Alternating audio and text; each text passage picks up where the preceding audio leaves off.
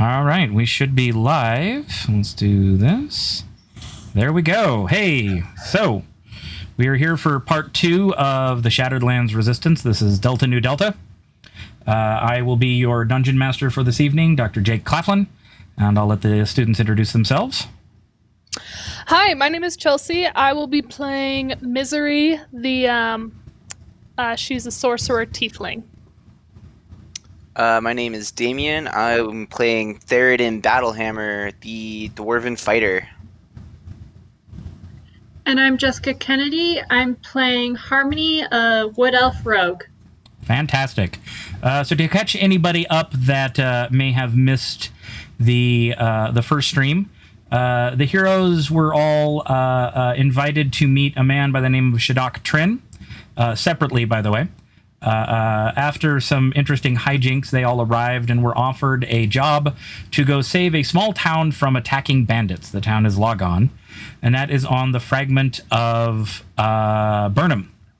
This particular land is a planet that has broken up into pieces, hence Shattered Land. So they have to jump from fragment to fragment in airships. Misery happens to have her own airship, so they were flying in hers. They encountered some pirates, and basically we left them right after the pirate attack. So that is where we are at. So let's go ahead, and I'm going to move you guys over here. So you should now be seeing the map of the fragment of Burnham. I'll scroll out for those on the live stream since they're looking at what I can see.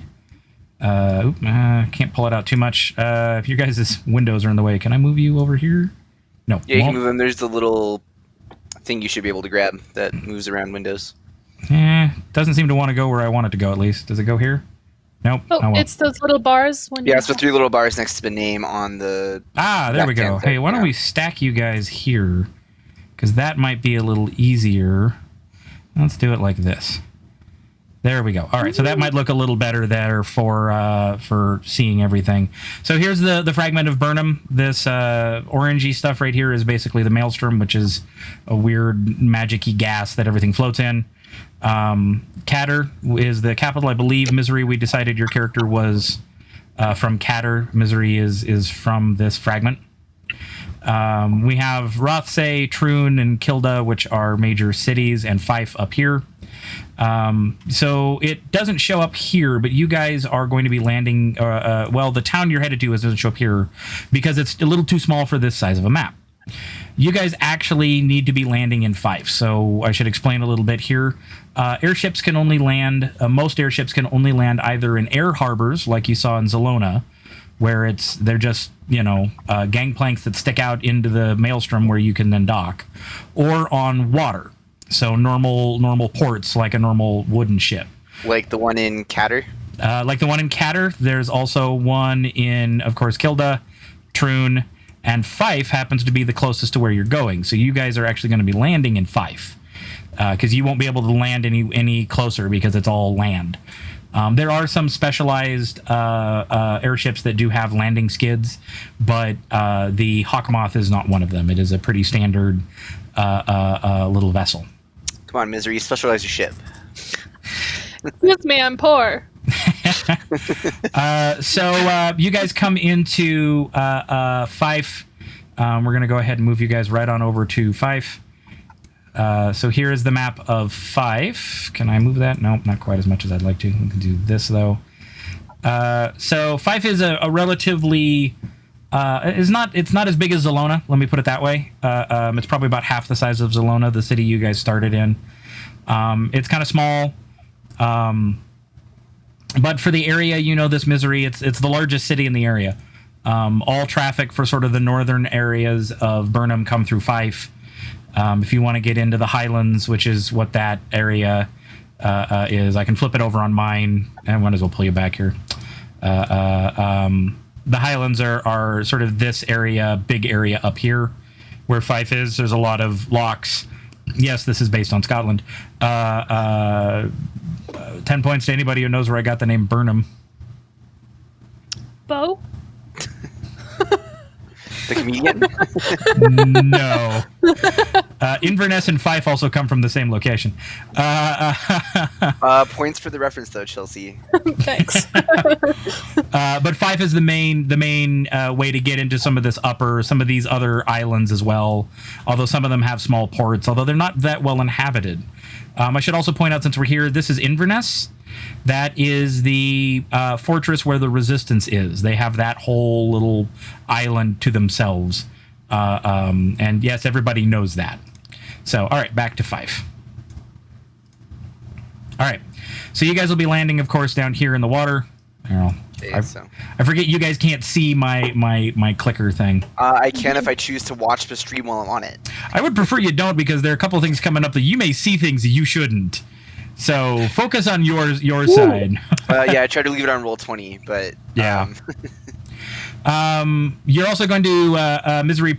I assume you're going to end up leaving the crew here to man the ship at this point, because I'm assuming they don't necessarily work with you in the land stuff. So, no, I've normally kept. Wow, I forgot her name. Bath. I normally keep Bath with me as like a partner and also kind of a bodyguard. But now that I have a crew, it's not as necessary. Okay. So Mina obviously will be accompanying you because you have no idea where Logon is. She also says, as you guys sort of get close to Fife, she calls you over and says, "Okay, we need to come up with a bit of a cover story, because with the Resistance, they usually check everybody to make sure you're not bringing supplies in for the Resistance and all of that. So we need a cover story as to why you three are going to Logon." Potatoes. And that's the whole cover story. It's just potatoes. I think Mina smiles a bit and says, "Well, that's a good start." What? We are a French fries business. We will invent French fries. That is the cover story. They've already been invented. Fish and chips is the standard meal in Zelona. Ugh. All right, call I'm them going to invent chips, time no, travel not so French I can fries. invent French fries. That's the next step here. They said they don't call them French fries, though, because the French don't exist in this world, so they're chips. All right. Dang. So everybody's British. I got it. So, I mean, if you want to work on this, well, Zelona's based on London. I kind of got that impression, yeah.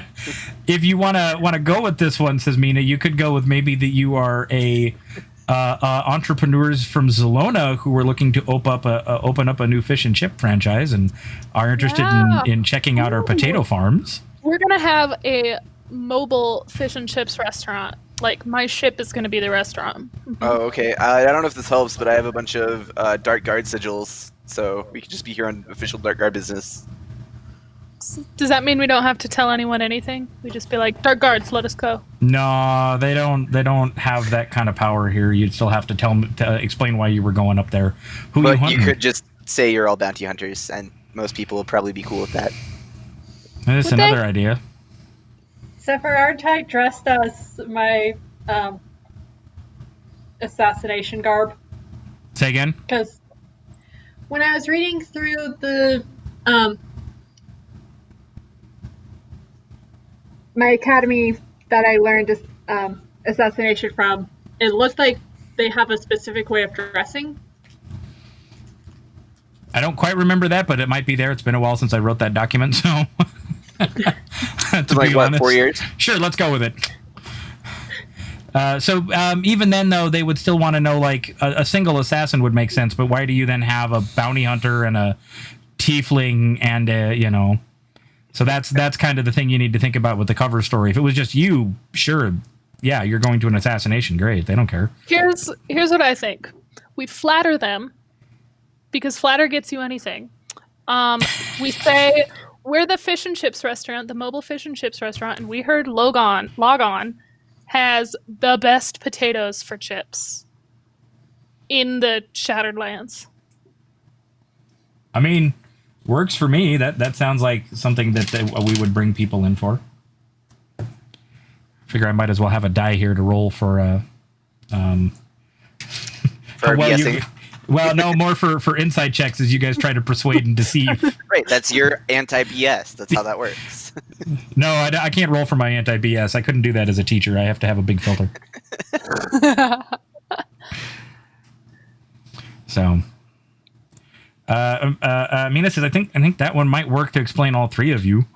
Maybe don't show the bounty hunter thing because that wouldn't make sense. And I guess Harmony, you're here to protect us. Or I can just be sneaky and not let them see me. Fair enough. Or we could also go through as separate people and meet back up later. They're going to see us all coming off the same ship. Yeah. That is true. Also, I think I make more senseless muscle than Harmony does. Yeah. So you could be protecting Misery, the restaurateur. Yeah. I like the idea behind this one. Anyways, it's more entertaining than just being like, hey, we're bounty hunters. So that would be the GM in me talking, not the farm girl that has hired you. Pretty metagamey, farm girl. I don't know. Is the meta pigeon again? No, okay. Have I told you guys about the meta pigeon? Yes, you have. Okay. Cool. Yeah. All right. Who actually steers the ship? Misery, is it you, or do you have a pilot? Some of those didn't we have a? You had like a wizard who was in charge of crystal navigation. Let's see. Navigation. So yeah, the Crystal Master, Iokuin, technically does steering and stuff, but navigation is I think that's Bath. No, just kidding. Whiff does navigation. Okay. Well, whichever one actually steers the ship in this kind of case, I don't quite know which one since they both seem to navigate. Pilots you into the lake. It doesn't take long for you to find an empty dock. You pay you get off and pay the dock fee, which isn't too much. It's like a gold or two just to and I think you probably leave some money with the crew so that they can cover dock fees depending on how long you take. So how much? Well, does that come out of my 6,000 shards or whatever?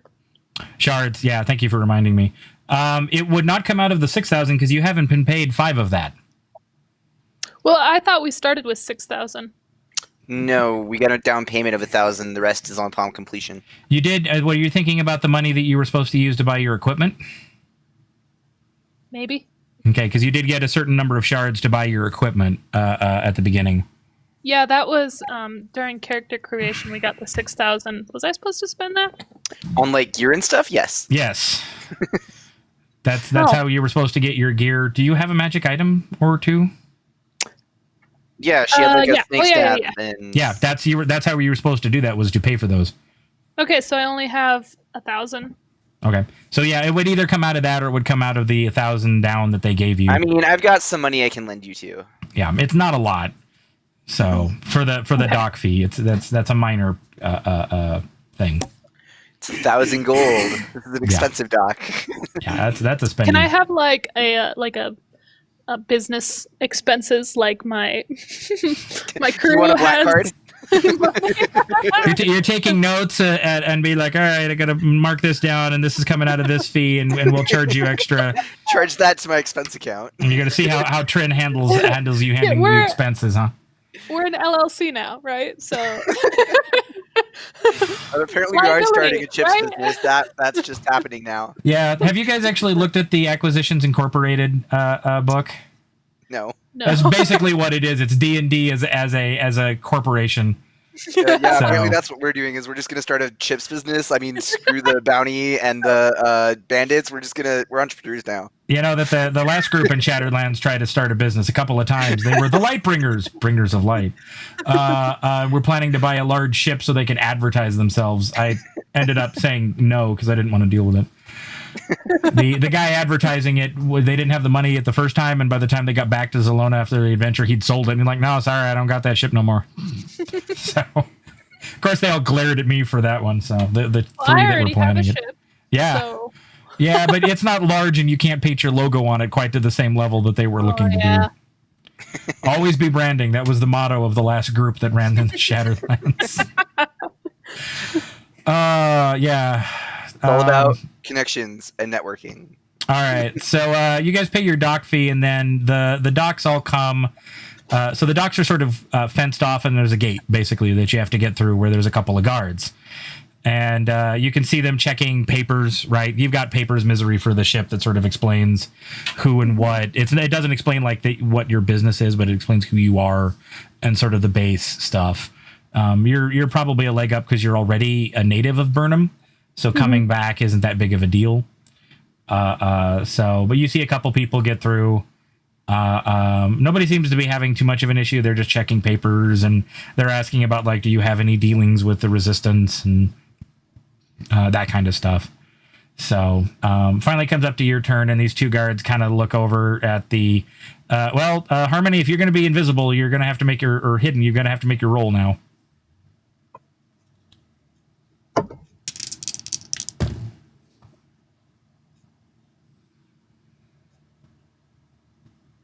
I got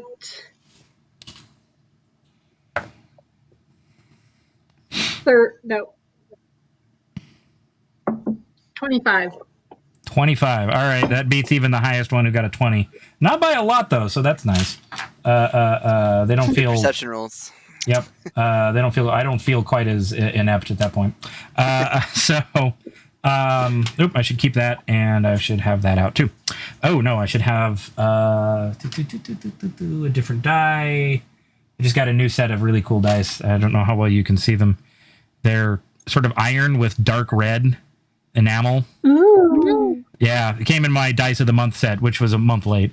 So I got two sets. There's another set, but that's. Are you really surprised though? No, I don't care. It's not like I'm in need of dice. So I have a collection. I need dice now, dang it. Yeah. Oh damn! I need to have 1,000 dice. So it's important to me. That's one of my summer projects, is to clear the table off and unload all of my dice and see exactly how many sets I have. I'm gonna guess a lot. Yeah, I mean, if I'm going to be cooped at home, I might as well find something to entertain myself for the day. So, all right. By sorting dice.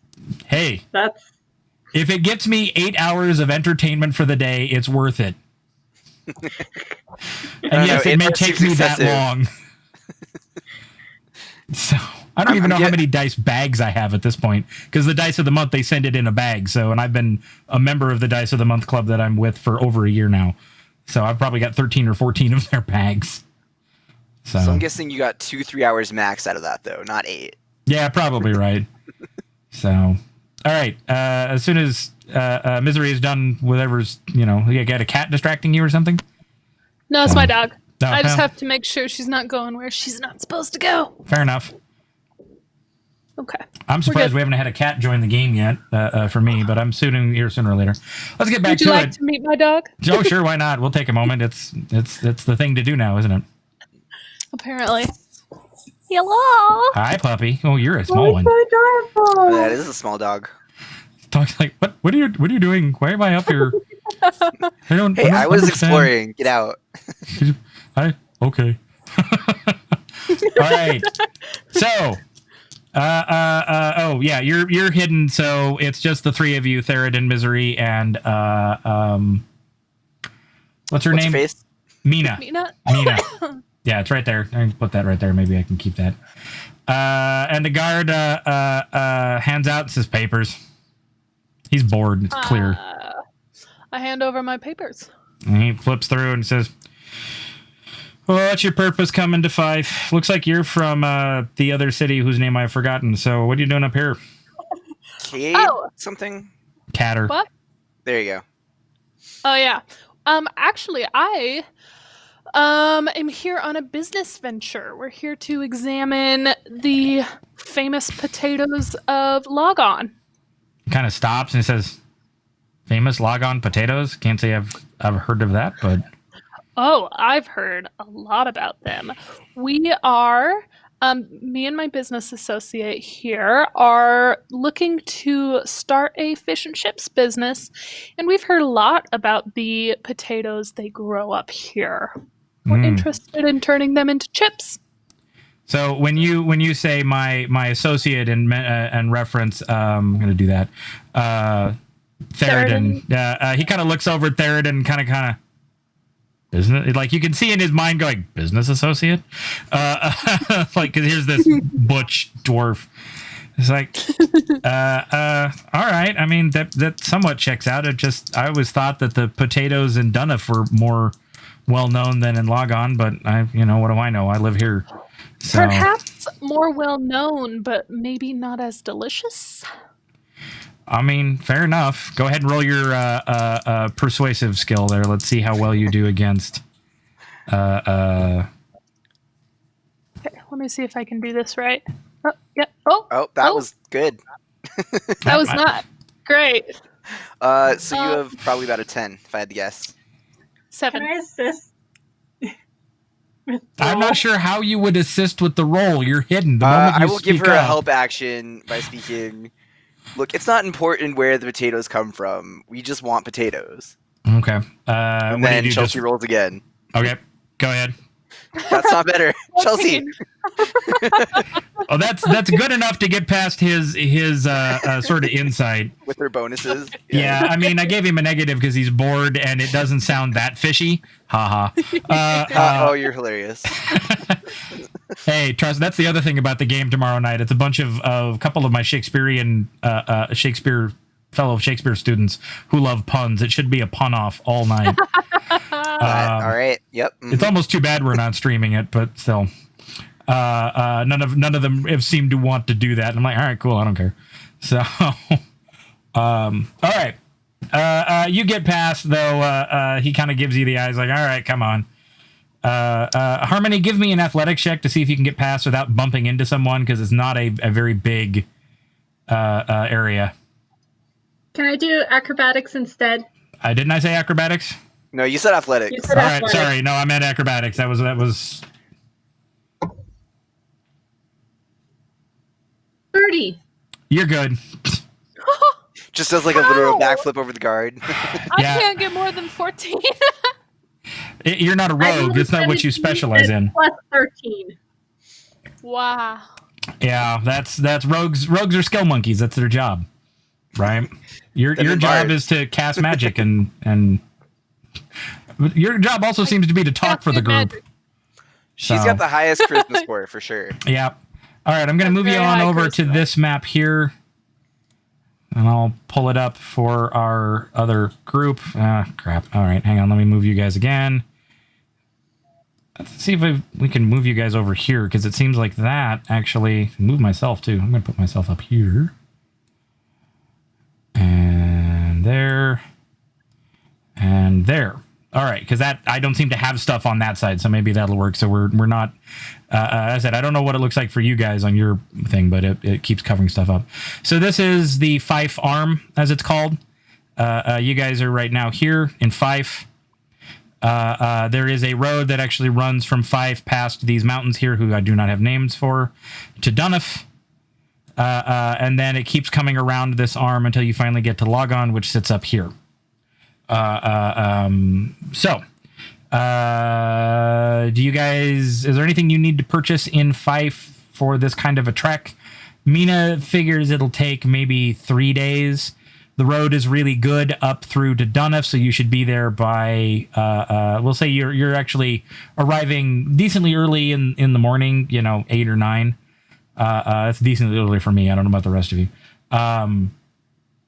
Figures that you'll be able to make Dunoff by nightfall, but that the terrain becomes a bit more difficult from Dunoff to Logon, so it'll probably take about a day and a half after that. So you all have rations, that kind of thing? Hiking boots. I don't have any. Do you have a stout pair of shoes, Mina says? I guess. I mean... Only sandals, that's it. I spend a lot of time on the ship in the air, so... Right, most sailors and flyers would be barefoot. That's why she's asking. So, oh, yeah, I'm barefoot. Yeah. I should probably get some shoes. Were you barefoot running around Zelona?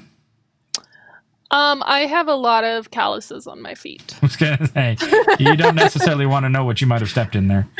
So many rusty nails. She did not have her tetanus shot. Yeah. So, all right. Off to the cobbler with you. Okay. Is everybody going with her, or are you just letting her buy a pair of shoes while you hang out at the local cafe for a baguette and coffee? So, coffee and croissant. All right. Harmony, were you going along? As a rogue, is there anything that I might be interested in? Well, I suppose we should clarify. Was that a question about any equipment that you would purchase as a rogue, or are you looking to steal something? She wants to acquire them sublegally. That's why I don't play a rogue. I suck at stealing stuff because I forget to steal stuff. And yes, you almost were the rogue, Chelsea. I've had people get mad at me. I was playing a rogue, and the other players got mad at me for not stealing anything. But Well, I just you don't have to be think that kind of about it. rogue. That's a subtype of rogue. You don't have to be that kind of rogue. Fair enough. That's why I'm checking, because Harmony is not actually a thief. She's an assassin. Yeah, the rogue NPC I have in my campaign is an investigator. You can be a rogue without being the kleptomaniac. It's possible. Really possible, actually. The question is whether or not Harmony's a kleptomaniac now. Definitely is. I'm just calling it right here.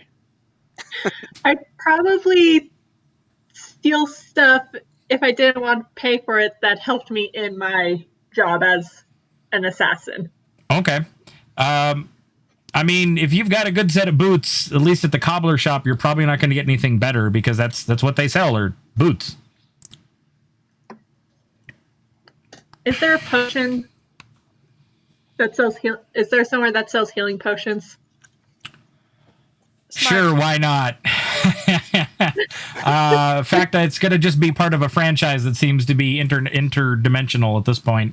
It's not the incantation. What did I call them? Oh God. I know how I can find that. Nope. If I do that, then you guys will lose that. But I can get to it here.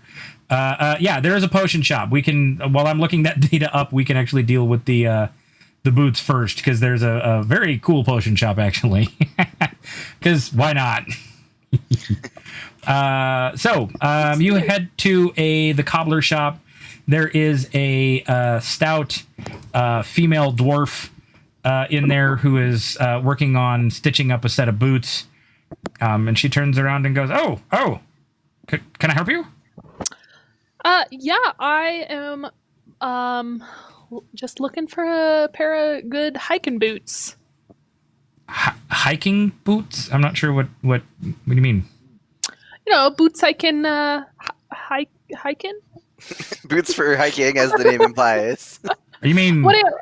You mean mountaineering boots? Yeah. Oh. What do you got in that? range? All right. Well, she kind of looks down at your feet and goes, all right, come with me. And she takes you over to a section of sort of human. I'm assuming you have human feet. You're a tiefling. You could have cloven hooves. Oh, I didn't think about that. Do they sell boots for hooves? Not really, because you don't need them if you have hooves. No, I have feet because I said I had calluses earlier. So. Right. I mean, if you wanted something for the hooves, you'd go to the farrier instead. I need horseshoes, dang it. She takes you over to a section of nice, they're low cut, so they're not like, they don't come up to your knee, but maybe just above your ankle.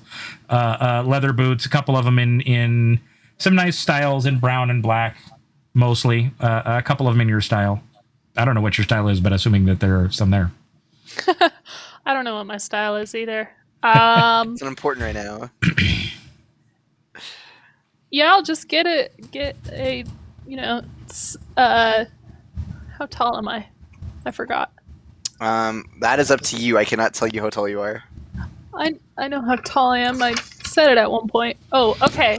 So I need size 9. She looks and she says, "Well, I think this will be close enough." And she pulls a nice set of brown sort of raw leather, the kind that's going to age well and just kind of look better with age. She's a charisma-based character, Storm Rage. Don't worry about it. It's very punk rock. I'll take it. Oh, it's Storm Rage join us? Yep. I'm actually to a point where I can't see him. Ankle boots. Charisma-based. That's all you gotta know. They're not in Zelona, by the way, Storm Rage. They're in Fife. They're on Burnham. You guys were here once. We've discussed what happened there once. I'm sure we'll get a response to that one. So, all right. She says 15 gold for that piece, for that set. 15 shards. I gotta remember now, I'm not in normal D&D 15 world. shard. 15 shard. It's the same as gold. Is bargaining allowed here? Is that You a could thing? try. Well, It is do you- definitely allowed. It doesn't necessarily succeed. Well, the way she's been rolling, depends on probably not, but we'll see. the type of shop it is, you know? If it's like a shop where prices are set or you can bargain. I mean, you can bargain even when prices are set, especially in the D&D world, but it depends on whether you Yeah. want to bother. I don't know. Alright. Haven't you ever just gone to Walmart and been like, all right, I know you said 350, but I'll give you 3. That's all I got, man. Help me out here. I wonder what would happen if somebody tried to haggle at Walmart. I actually have before. Really? Successfully? Yeah, I found some makeup that was kind of broken, so I went up to the counter and I said, "Hey, I'll take this for a discount." And they gave it to me. Yeah, that happens when you find something broken. The boots Yeah. aren't broken though. They're No, real but nice. I'm just straight up saying I want to go into Walmart and be like, all right, this new thing, I want it for less. Help me out here. Okay, I offer her 10. Will you take 10 for these? I don't know. It's one of the better pairs. How about 12? Okay, 12 will work for me. All right, 12 gold it is.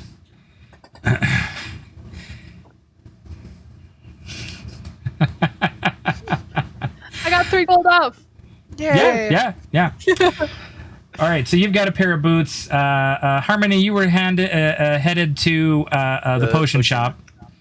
The potion shop's just down the block from this, and it is a kind of spooky looking. It's got a kind of voodoo witch doctor vibe going for it. There's some skulls and all kinds of stuff, and the sign says Elixarium over the door. Do you walk in, or do you break in? Did we lose Harmony? Maybe. She was typing earlier, but then nothing came, so... Can't hear me anymore. Can still hear the others, but not you. Do you, Misery and Theridin, you can hear me? Yes. Yeah. I got no idea what's going on then. Harmony, you should maybe try reconnecting, but if you can hear us, he was asking if you break in or you go in, just like a normal person. Oh, hey. This picture's back. We're Hi. back? Yes. Okay. Did you hear the description? Of The potion shop. I'm gonna guess that that's a no. So it's a just down the block from the cobbler shop that they're in, and it has a real sort of voodoo witch doctor vibe. And above the door is a sign that says Elixarium. And do you go in or do you break in? Because you do have a habit here. What? Just because when she first met the guy who was paying her, she broke in the second story window, doesn't mean that she's going to do that every time. I'll go in for now and see how it is. You'll go in for now, but you might leave and break back in later? Precisely. Possibly. All right, so you walk in, and it's more of the same in the shop. It's really kind of crowded. There's lots of baubles. This isn't just potions, but it's clear that they keep a lot of spell components and other sort of magic trinkets. Nothing here to you seems like, you know, the average magic item or heavy magic item other than the potions, right? You're not going to find even a +1 sword here, but they have lots of trinkets. And behind the sort of counter working at some potions is a small black African-esque, Africa doesn't exist here, but black human who is working with some potions with his back to you.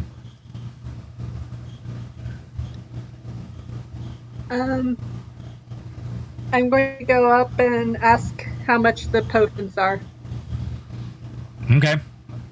Works better if you actually do it in character. Like, how does your character ask?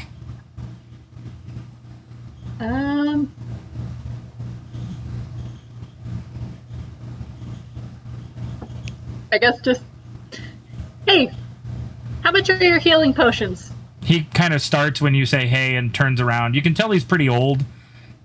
He's also wearing a sort of witch doctor skull mask, and you ask how much are healing potions, and he kind of looks and he goes, And I don't know what's the average cost of a healing potion, Damien? You probably know that. Ooh, I just do double the brewing cost, so a just like straight up regular one is like 250. Okay. He says, yes. 250 base price.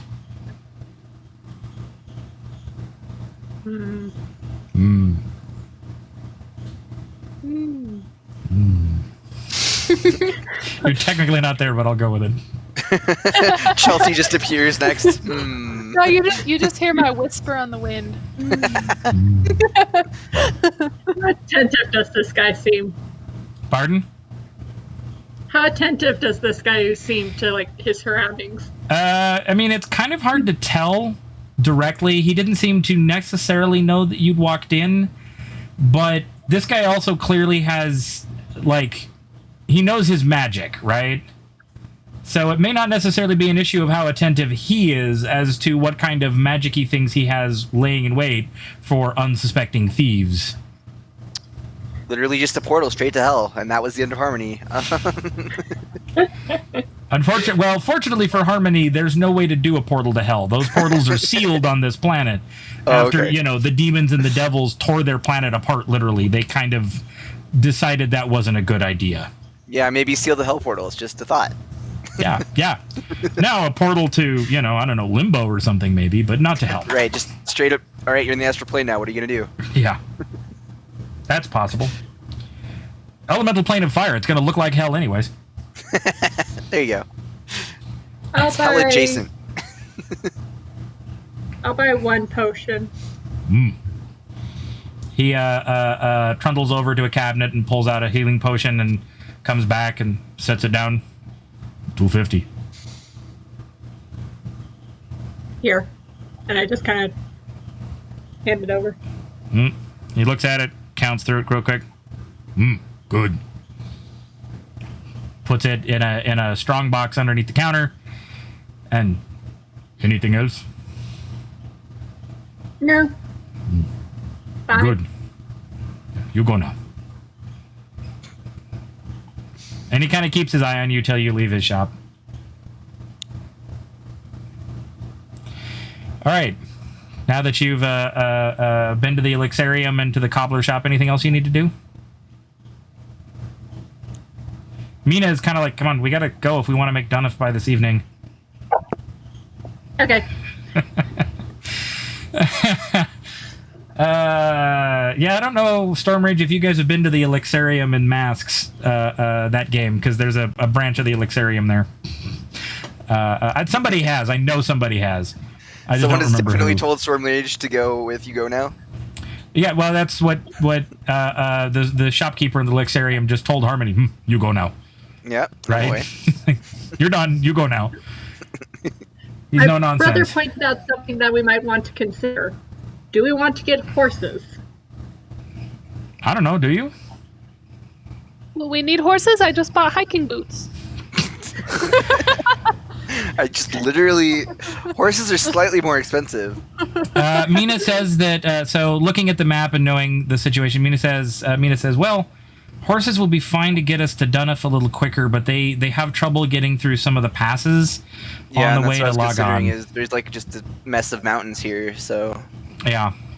Can I don't we know if horses like that. Theoden likes that, but I don't know if the horses will like that. Can we rent a horse and drop it off at Dunnif? I am starting a rent-a-horse business. I am an entrepreneur. That like Skyrim, getting the horse at the stable and then dropping it off for you. Yeah. Well, usually I just steal the horse and then ride it where I need to go and let it wander home eventually. So Fair enough. I suppose Can Harmony steal horses for us? why would I pay for the horse when I can just crouch for 30 seconds and no one knows what happened? I'm playing a stealth archer, dang it. Thank you, Stormrage. Yeah, no, we'll see how well they pull off that one. He's referencing games that you guys weren't a part of. That's okay. He's allowed. I actually told you about them wanting to be an entrepreneur a little earlier in the cast, so that just shouldn't be too. Context clues helped me figure that one out. Although Storm Rage wasn't the one that was going for that. It was other players. He just kind of went along for the ride. I've mentioned Aestus before. Aestus was the major character behind that one. He was our little capitalist. That player always seems to be a capitalist in whatever game I run. So He's literally dressed as the Monopoly Man. yeah, kinda. Did I ever tell like the longest running meme in all of my games came from one of his characters, Jeer Floppier. He was a rat folk. And it was when he was trying to like bribe a guard to get in someplace and the guard wasn't having it, and he stopped and kind of looked at the guard and went, "Do you like money?" Because he was doing it in this southern drawl as this character, and so yeah, that's a long running meme in my games. Whenever somebody is like, "No, I'm not going to take that bribe," you'll get, "Do you like money?" Okay, that would be my friend Jim. So, all right. So that's the answer on the horses. Mina says, I don't know. I've never bothered. I just usually walk it. I suppose there's a small stable in Dunuff. They might be able to take the horses. You guys are going to have to go back to Fife to get the ship, so maybe you can rent the stable and keep the horses there?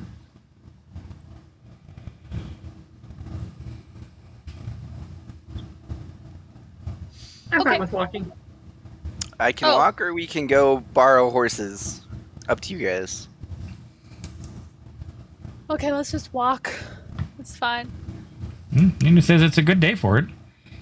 Yeah, Clear I gotta sky. bring And it Chelsea to brought ankle boots. Scandalous ankle boots. We need to use them. Exactly. All right, so you guys head off to Dunuff. The first half of the day, most of the day, is actually kind of through rolling plains. Highland plains, though. If you look up pictures of the Highland, you'll get a sense. They're nice, high, rolling hills of heather. You can see And some. how many sheeps are there? Quite a few, actually, around Fife. Fife tends to do a lot of wool. You do see from time to time off in the distance toward these mountains here some moors, which are sort of high marshes. But thankfully, the path you guys are on, which leads up to Dunuff, does not do that. All right, I just needed to see where we were. Trying to decide what order I wanted to do things. I've got things set up there, but all right. I don't have a random encounter for this half, so you guys finally. There are tables for that if you need them. Oh, I know there are tables for that, and I can make shit up if I want to. But make stuff up if I want to. But I want to get you guys to log on because we're hoping to get this wrapped up by the end of the term, and if we don't get to log on today, we may not. So, all right, you guys do make it to Dunuff. I'm going to move you to the Dunuff map. So, and I have some random encounters here just waiting for once we get there. So here is Dunuff. Why does that look grayed out? Do you have the Fog of War activated? No, I think it's on the wrong level. You guys don't see anything, do you? No, I see it. That's interesting. You shouldn't be able to, because I think... I see a Oh, there it is. town. Maybe All right. you were just scrolled really far down. Yeah, no, I had it on the wrong layer. I was on the map layer. It doesn't matter, though. So there is Yep, Dunuff. yeah, that makes sense. So I want you all to give me a perception roll as you start to get close to Dunuff. Okay. Okay. 21. 21? 23. 21. 21, 21, 23. All right, you guys all have this. Obviously, it's you're going to smell smoke anyways because, well, that's how people heat their homes, and it's not a warm climate. But the smoke smells wrong somehow for normal wood-burning smoke. There's other things mixed in. And you can see sort of a large black cloud of smoke hanging over where Dunuff is. Mina starts to look worried as you see this. Well, that's probably great. Let's go check that out. Okay. Well, does it smell like flesh? You mean burning? barbecue? There's a touch of that mixed in, but it's more if you've ever smelled a house fire kind of a thing. So there's more than just the average wood being burned or was burned. Oh. So there's like cloths and whatever else mixed in. Right. I mean, if this was modern day, you'd smell plastic, but they don't have that, so. Yeah, I was gonna say we're probably not smelling burning plastic here. Nope. But it definitely smells more like a house fire, like more than just normal firewood. And the large cloud of black smoke tells you clearly that there's something wrong. It's not cold enough for everybody to be, well, and there wouldn't be black smoke anyways. Usually a good fire is white smoke. Yeah, black smoke means it's a really big, out of control fire. So. Yep. I run towards it. Okay. I run, but slightly slower because she's faster than me. Dwarf. I'm sneakily running. You're sneakily running. I'm not Like even a gonna. crouch run? A squat run? I'm a sprinter, very dangerous at short distances. Fair enough. So you guys make it into town. So you come in along this area right here. And very quickly, as you sort of come over the hill into town, you can tell that the town is probably, your best guess, has been attacked. The black cloud of smoke is not that the fire is active. It's most of the fires are sort of burning out. You see a lot of the homes are smoldering. At this point, there isn't a lot that is just actively on fire, but it seems like something went through and tried to torch the whole town. You don't see a lot of standing buildings. The church, which is up here, still seems to be standing, though it definitely has taken a bit of damage. And then the inn, which is here, also similar. Oh, come on, there it goes. And then the elder's house, which you assume is that. And those would be buildings that are still standing while the rest are kind of just smoldery rubble. Yeah, you can tell that on the inn and the elder's house that they tried to torch them, but they didn't light as well. Like they're missing pieces of the roofs, but they're mostly standing. They were built out of stone, anyways. Most of the rest of these are built out of wood or something like that. Good thing we didn't get the horses. Would have been a waste of shots. Leave it to Harmony to look on the bright side. Glass half full kind of elf. Is there anyone standing around, panicking or running or anything? No and no and no. There's no one around? There's no one standing around, there's no one running, and there's no one panicking. That doesn't mean there's no one around, but none of them are doing one of those three things. Is there someone sitting? Roll me an investigation check, because they're not out in the open where you can go, "Hi, Bob, what's up?" What happened here? Let me see if I can do this the right way. Let's see, investigation. That's a 13 for me, so. And I got 7. You got 7. Hey, I have the same bonus to investigation. Were you investigating? You got 19? All right. The two of you, not so much. But very quickly, Harmony is able to find, because you guys come in on that road here again. Come on. There we go. Is able to find right about up in here, in the ruins of this house, we'll say. There's a family, there's a mother and a couple of kids that are sort of hiding and huddling in the ruins, and they are really not sure what to make. Actually, here's a question. Harmony, are you visible to them?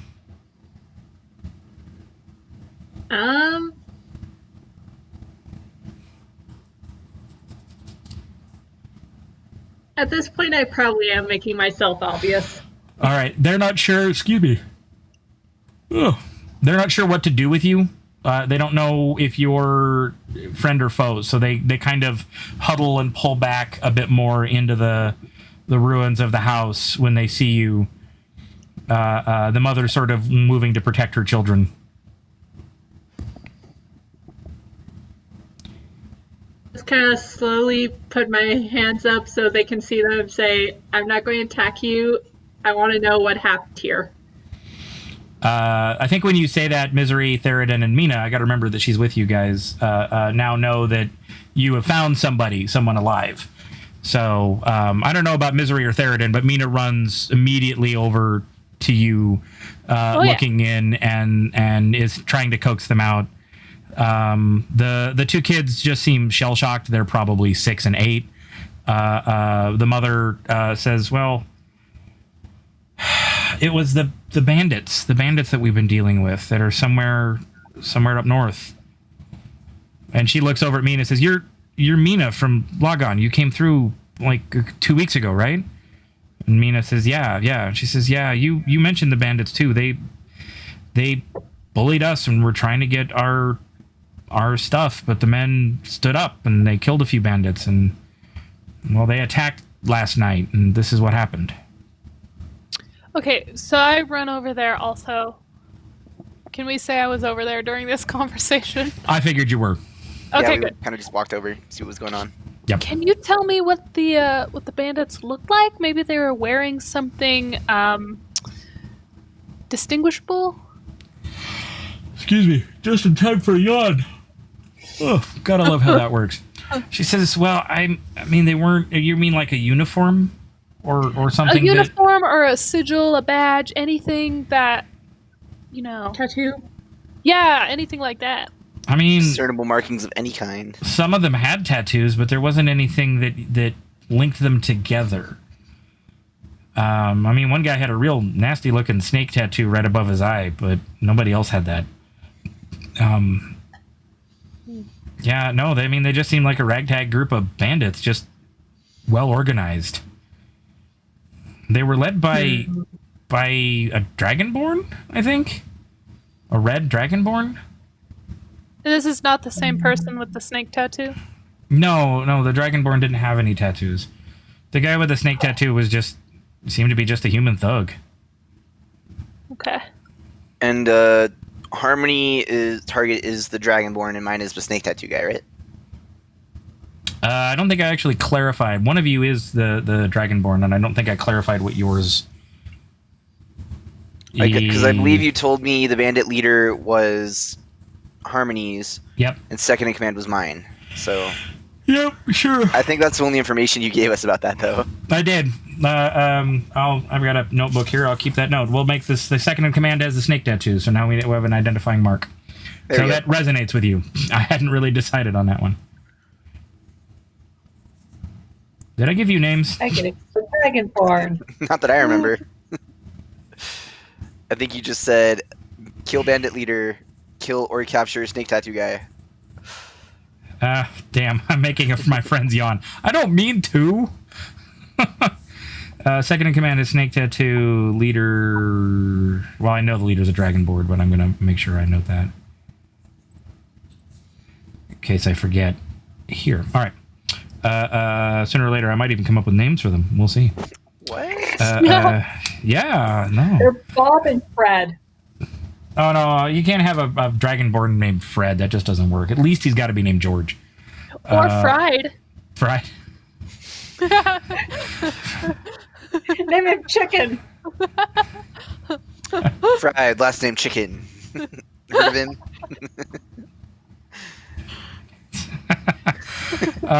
Sorry, Storm Rage is asking philosophical questions about tattoos and Dragonborn.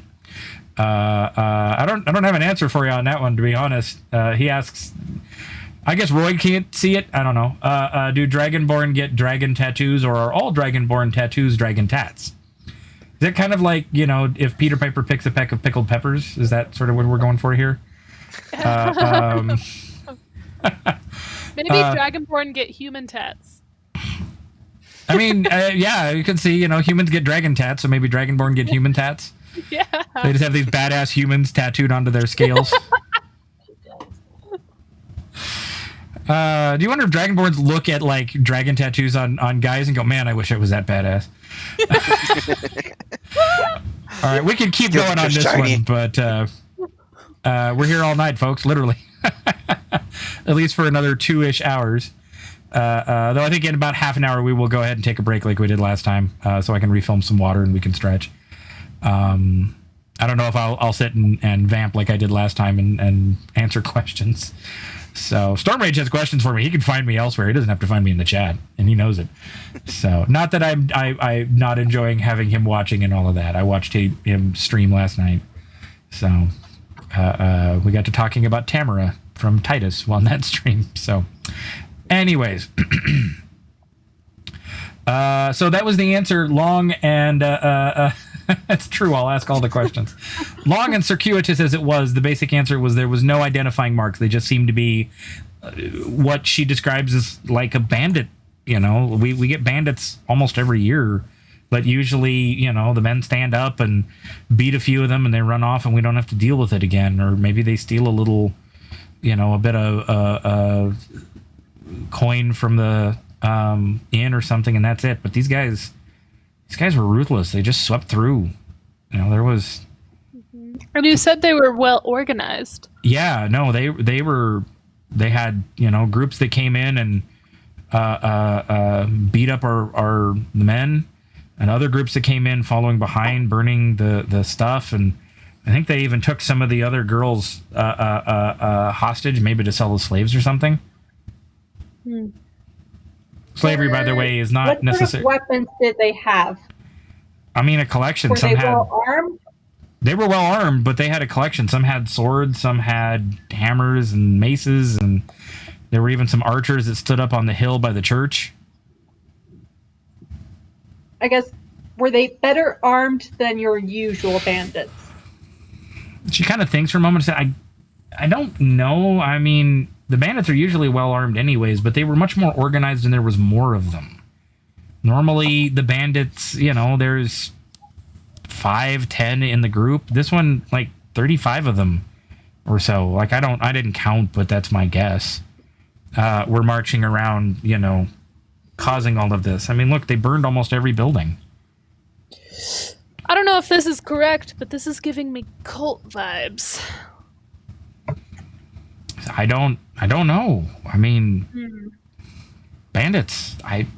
If they were cult members, they definitely didn't advertise as such. It's probably a bit. And that is Gotta good be- practice to announce your intentions when you're raiding. Usually cultists announce their intentions, but that was DM editorializing, by the way, not reality there. Did you recognize any of the bandits from like previous attacks or anything? Yeah, a couple of them were the ones that came a few weeks ago and sort of threatened us and such. It sounds to me like maybe like bandit groups are unifying under a common cause for some reason. I mean, I'm a potato farmer. What do you want?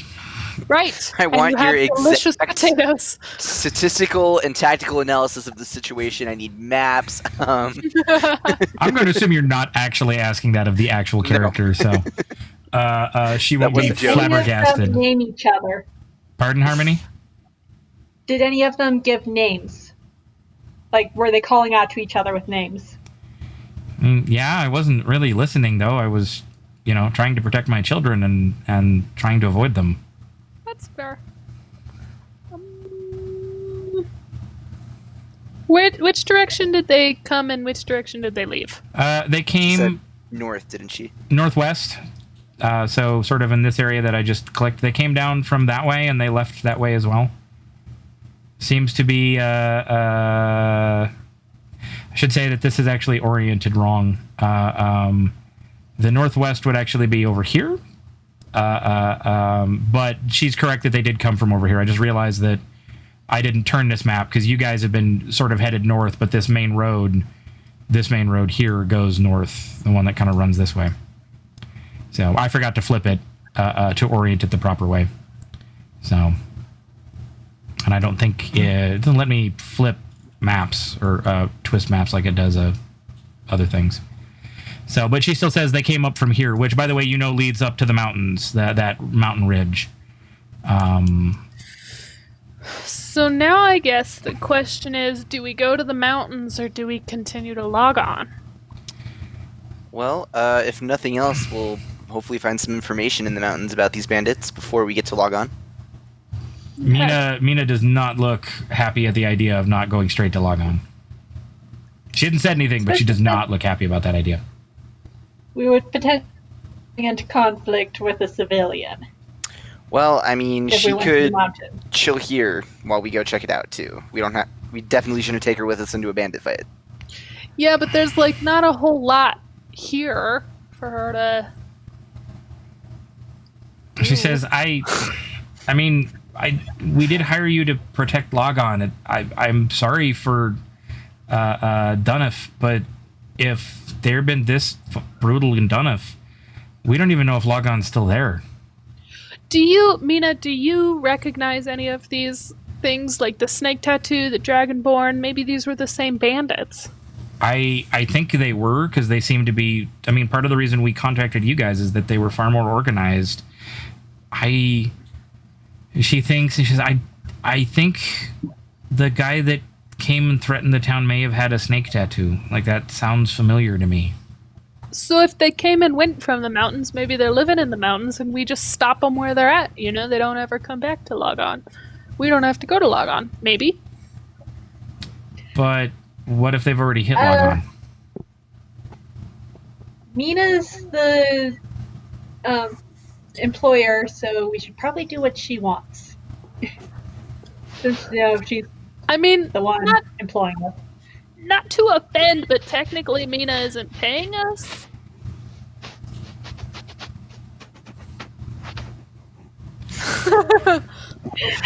True. So not technically an employer. I mean, what do you guys think? She is your client.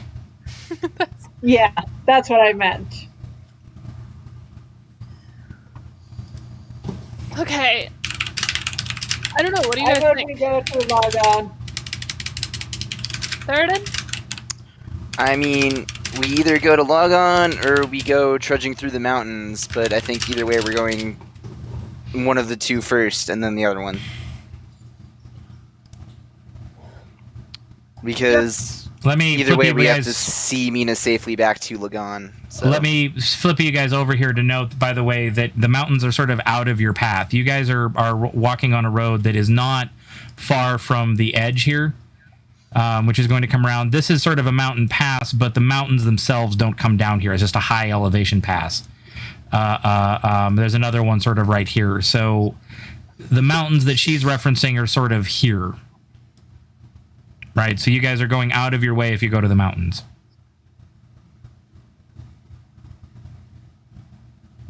So it sounds like Harmony votes for Logon. I vote for mountains. What do you vote, Theoden? I would like to check out the mountains. And Mina wants Logon. So we're tied! Ah! We need a tiebreaker vote. DM. The DM is Mina.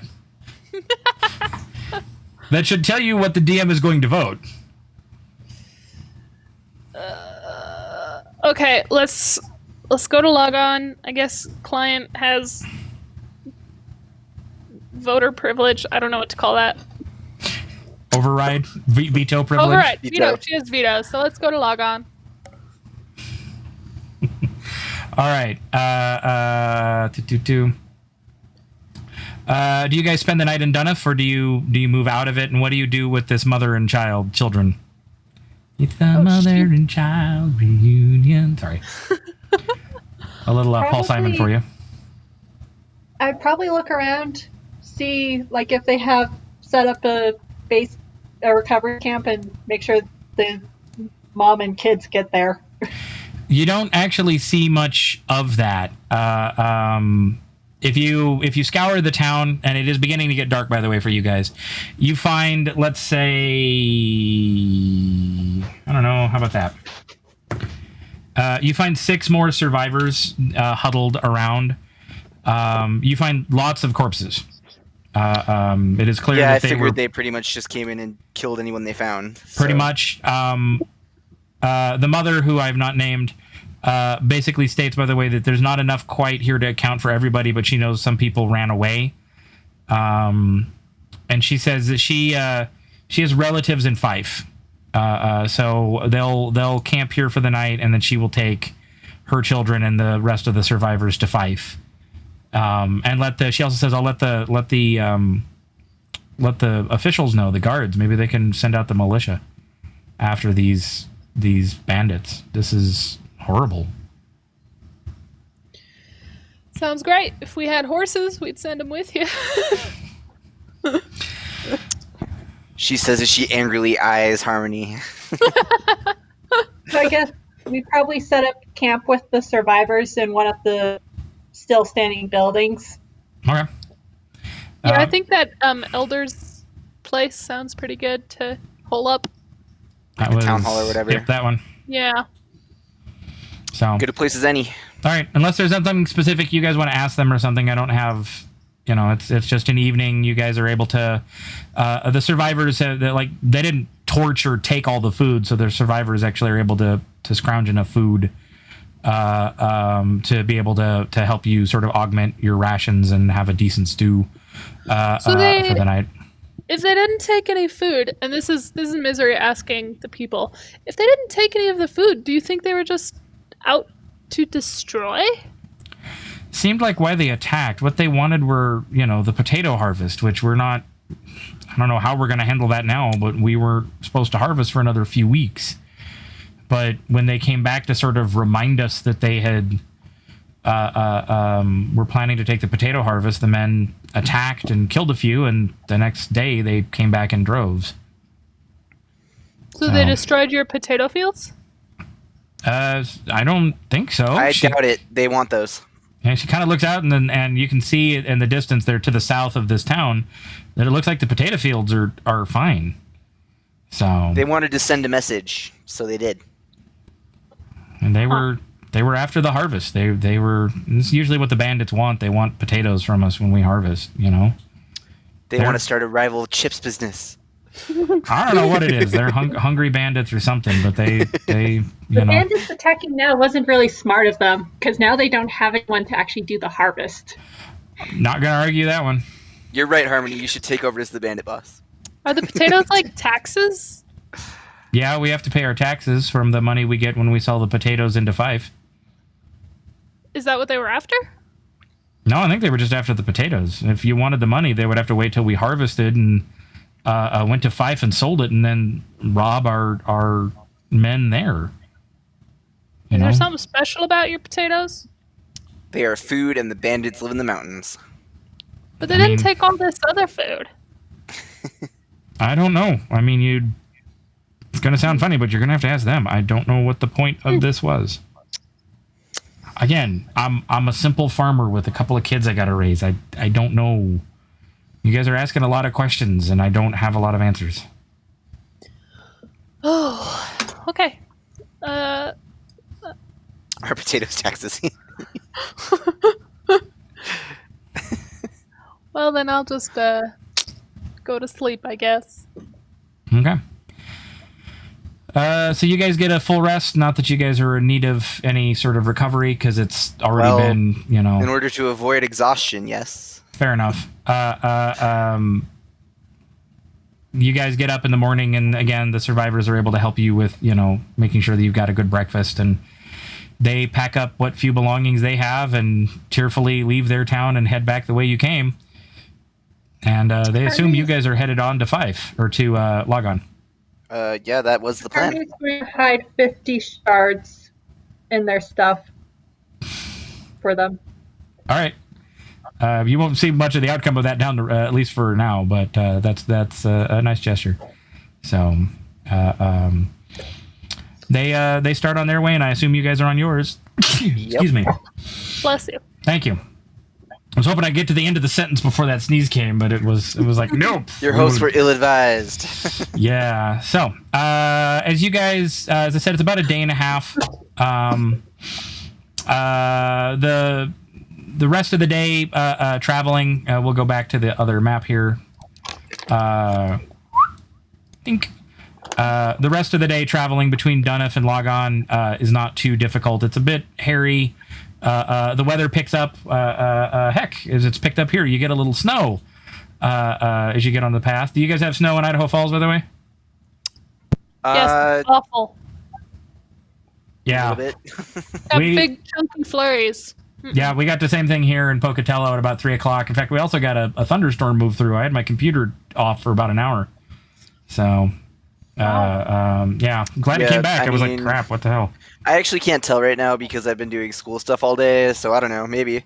I have, like, the light coming on my face is from the window that is literally right here that looks out over the front of our house, so I'm watching I it still come despise down. natural light. Yeah. I have a window, but it's super overcast, so it's pretty dark right now. Yeah. I mean, I can see the snow still falling, so, yay! Thank you, April, for giving us snow. The Ides of Right? April. You thought we were past that, but no. No, I know better. We've got snow in June since I've lived here. So, I've gotten snow every spring break I've ever had. yeah, pretty much. That makes sense. That really makes sense here. I think I think the 7 years, 8 years we've been here, we've had snow almost every spring break too. Mm-hmm.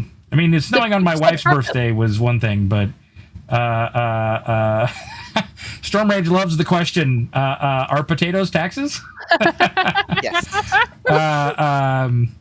All right.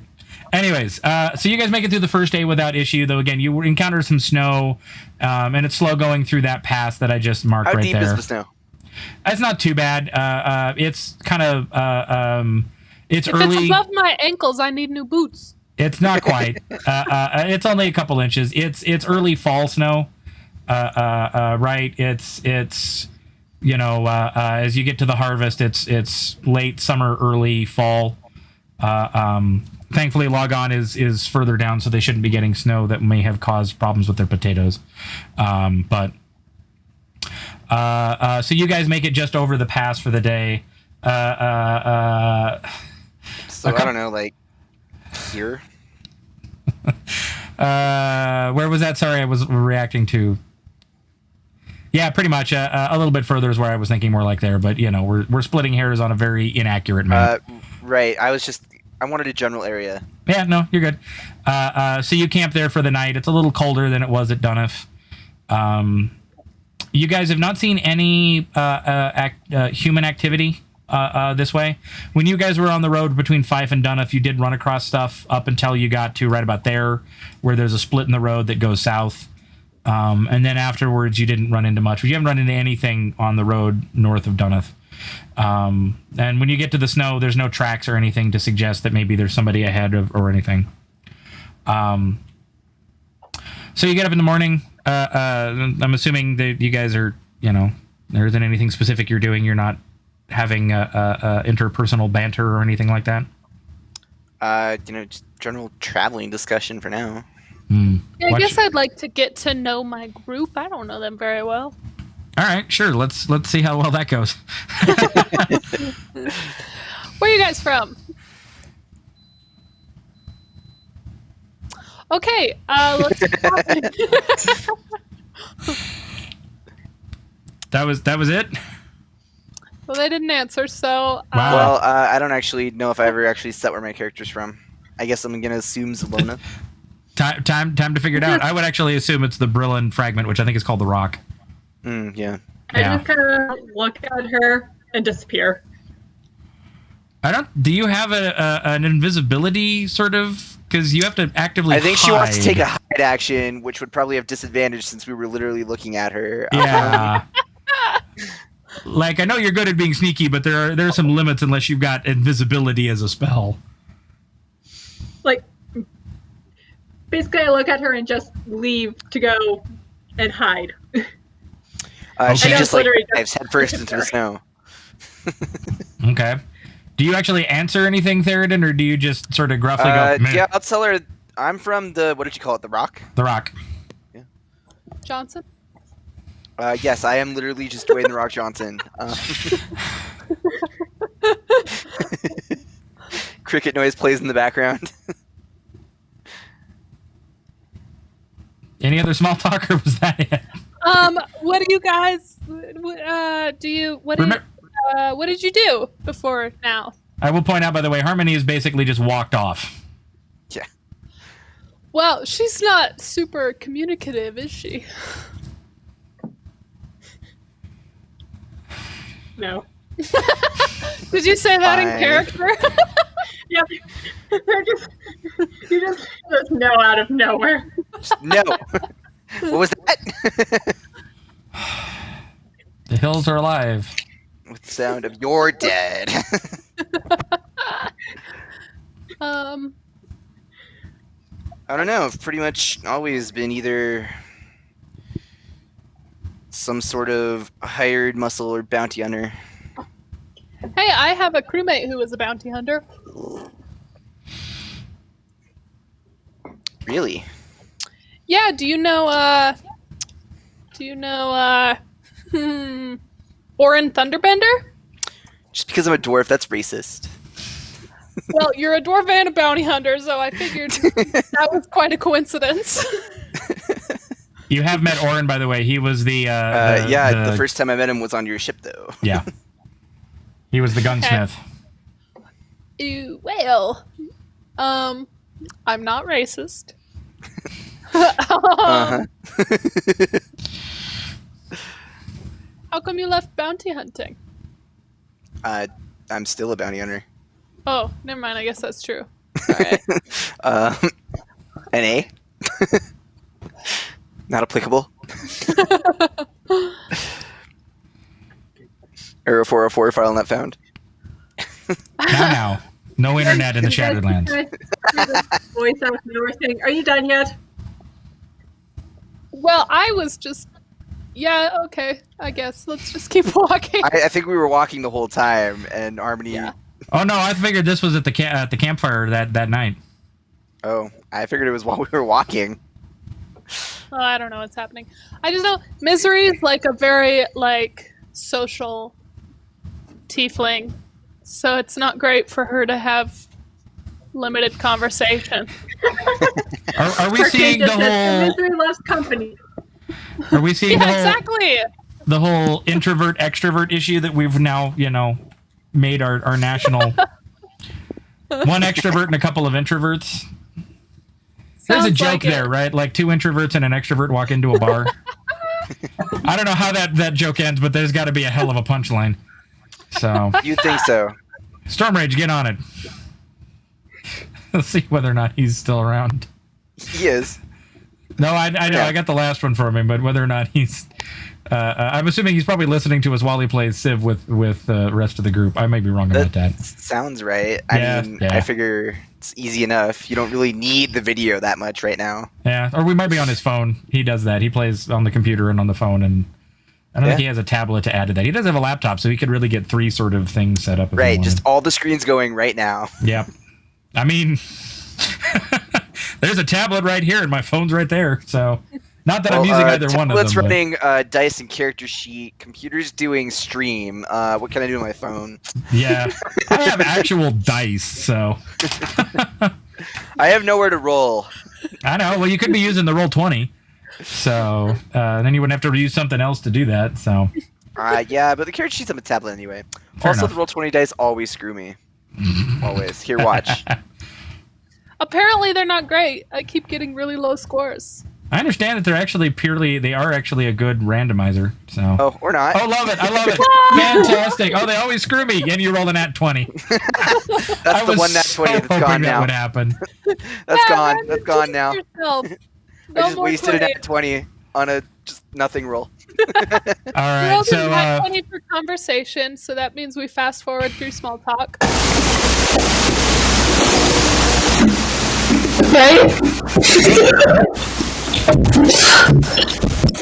I think that's your. There we go, Chelsea. I think your mic's been having issues again. We're getting a lot of weird feedback. Hold on.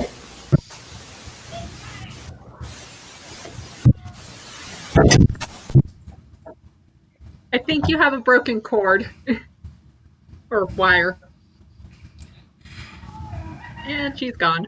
Nope. And she you're can't. back. There we go. Can you hear me? Yes. Yeah, Okay. Okay. and we're not getting feedback. All What right. were you hearing? We were just hearing a lot of static and a lot of distortion from you when you would talk. So. Oh, weird. Yeah. All right. Actually, the next thing I have set up is a random encounter, but it is just a little before 8, and I wanted to take a break about an hour and a half in. So I think what we'll do is we'll take about a 10-minute break, come back close to 8 o'clock.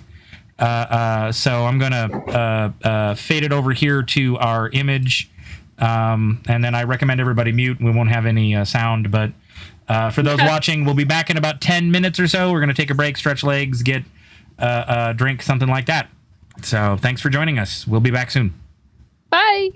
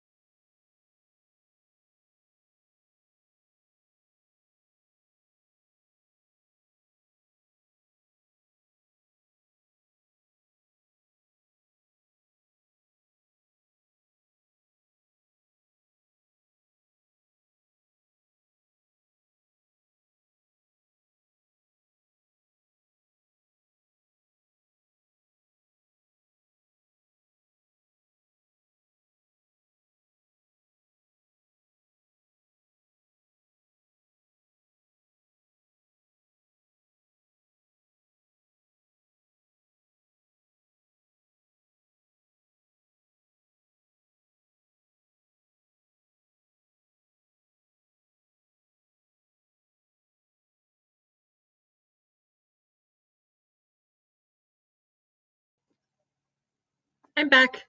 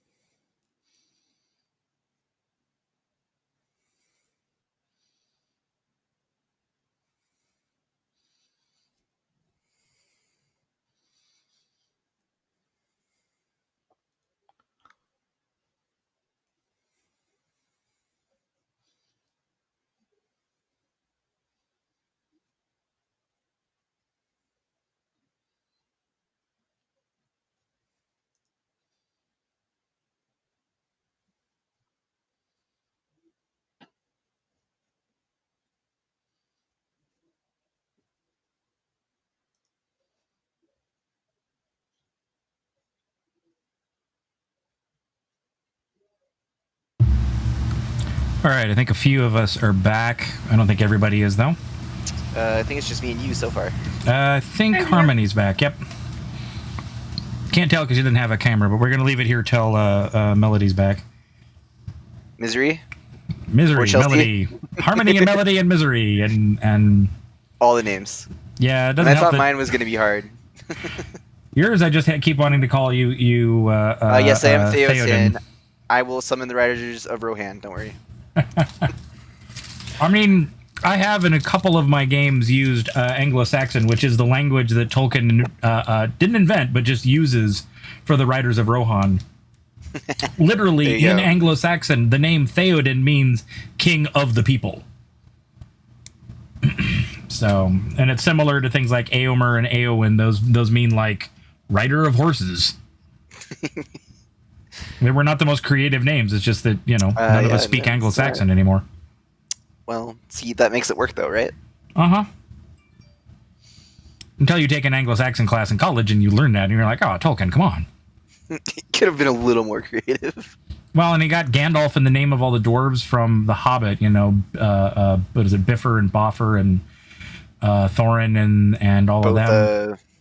Yeah. He got them all from a list of dwarves in a Norse epic. I don't remember the name of it, but Gandalf is listed as one of these dwarves. His name actually means Wand Elf. But he was like, no, that doesn't work. So he turned Gandalf into Odin, basically. So we gotta love Tolkien, man. He's the guy that gave us high fantasy, which is how we get D&D. So I think we're all back. Chelsea's getting situated. Hello. Can you hear me? I can. Yes. Can we? Everybody can be heard. I'm assuming. All right. Let's. Yep, we can hear you. Cool. Let me flip over here, and we'll flip back to us. Call that a win. Hey, we're back. Hope you enjoyed that little break. Got a stretch. Found out that my housemate, who's been looking to get a job in Portland, finally did.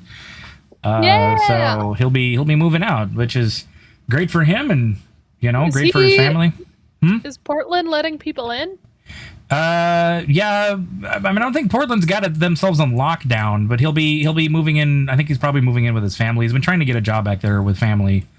So, I mean, the grocery store is considered an essential business, so they probably will.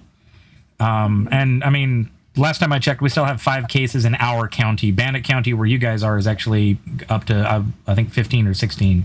But we still only have 5 down here, so who knows? I don't know how that's all going to work. We just know we got the job. We have not started on logistics yet of how the heck we're going to get him from here to there. Yeah. Because he doesn't have a car. Mail him. Sneakily. So most likely some of us are going to be involved in this.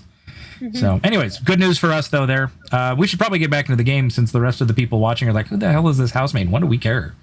Why do we care? We came here to see some D&D, dang it. Get on Come it. on, give us something to kill, and that's what's going to happen. Dun, dun, dun. Random Don't encounter. at me, okay? Don't at me. I didn't move you guys. Hang on. Ding, ding, ding, ding. There you go. It's fine. You have been moved. What? Hang on. All right, so you should be seeing just a general map. Hang on, I gotta zoom in here a little. On Yes, our general side. foresty map is being seen. All right, so what I want you guys to do, we have a random encounter, and I'll tell you what's going to happen here soon. Go ahead and drag your people up. You are coming from this side over here, so give me the marching order and where you guys are sort of in this general area. I see a dwarf, that's good. Can I That's have me. a ram to ride? No. I see a tiefling. Where did you say we're coming from? Down where the rest of the minis are. And there goes an assassin. I just realized I need a random. Token for what's her face? Yep. Mina. Hang on just a second. No, I don't have those. I have the free characters. Oh, hang on down here. I actually got a subscription so I could have a few more stuff. It isn't perfect, but it gives me a bit I more. mean, I've just been pulling like images I like from the internet and turning them into tokens, but that works Yeah, too. I've done some of that too, but especially in this sort of situation where I'm looking very quickly to try to find something. There we go. Yeah. When you don't have a lot of time to prep. There we go. How about the barmaid? We'll use the barmaid for Mina. We'll move her here. Flip her And around. she's a giant. I'm working on it. There we go. Nope. God. That's not going to let me make her any smaller, I don't think. I think we're at the level, so let me do that. And I want to do that. And I'm going to do this and this. So you guys can tell. Can you see her? Yeah. Okay. I'm still working on how the layers and things work. As you guys get close, you hear a screech. And hang on, I've got to do a thing here. And a manticore lands. And there we go. And you should be able to see one now. Right in front of you, and looks like it is a hungry beast. And very quickly after that, because I actually made sure that this was going to work. Unlike the last one, this is actually leveled to actually give you guys a challenge. We'll see if that works. And is there supposed to be two of them? No, there's supposed to be more. You should Okay. now see 3, and there's a 4th one coming. Okay. I was just making sure that. Yeah. All right. Mm-hmm. All right, you should now see 4 manticores on the map. They have flown in from elsewhere. So that means initiative. Urgh. Find a 4th. Some Mantimore, please, huh? Manta more. Whoa. Storm Rage punning on band names. All right. Ooh, hey, that was a good roll for one of them. Anybody beating a 22? Yes. You're beating a 22 on your initiative, huh? 26. 26. Okay. Yeah. Remember how I have a +9? That's really helpful. Yeah. Forgot about that. I got 20. Got 20. All right. So one of the manticores will go before you, and that is Harmony. You know what? My plan was actually to, befriend them, but since you asked so nicely,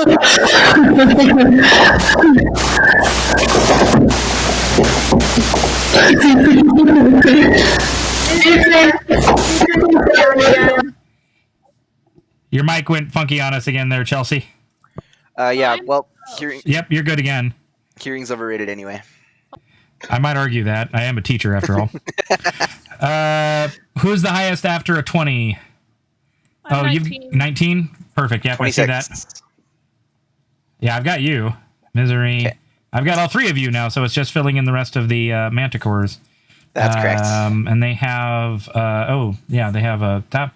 So that is going to be M2.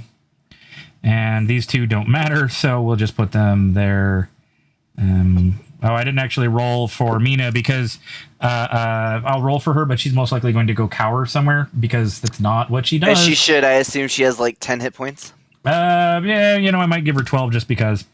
But we'll put. If I'm guessing correctly, you're probably giving her a commoner stat block.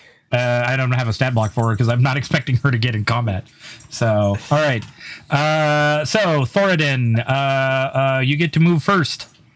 You see the Yay. grid there, so you know what your scale is. So pick a Manticore and see what you can do to it. Yeah. All right. This red guy looked at me funny, so challenge him to a duel. And he goes, ah.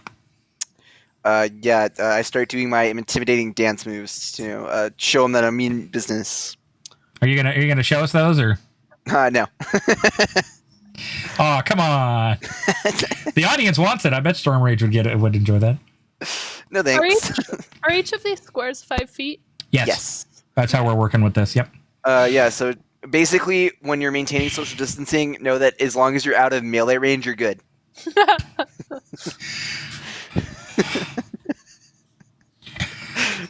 Quarantined by the D&D crew. I'm gonna need you to step out of melee range, sir. What? If Damn I can mundanes. stab you, I can infect you. So Does a modified 18 hit? That's a good question. Let me check and see what the AC is. Yes, it does. Okay, good, because I am using my great weapon fighting, so I have less to hit. Okay, so if a modified 20 hits, then a modified 21 will hit. So that's 2 attacks. It's going to be that. And then... Okay, this is...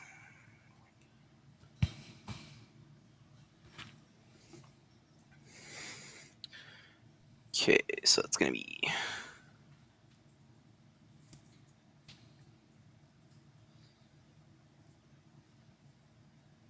Yeah.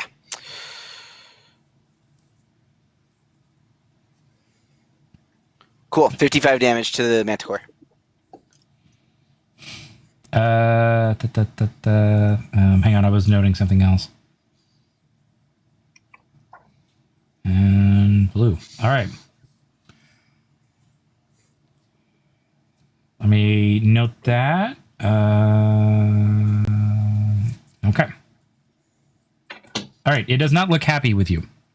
I'm sure. And in fact, it is going to attack back because that is the word I'm going to designate as Manticore number 1, the red one. The red one. It No. has 3 attacks.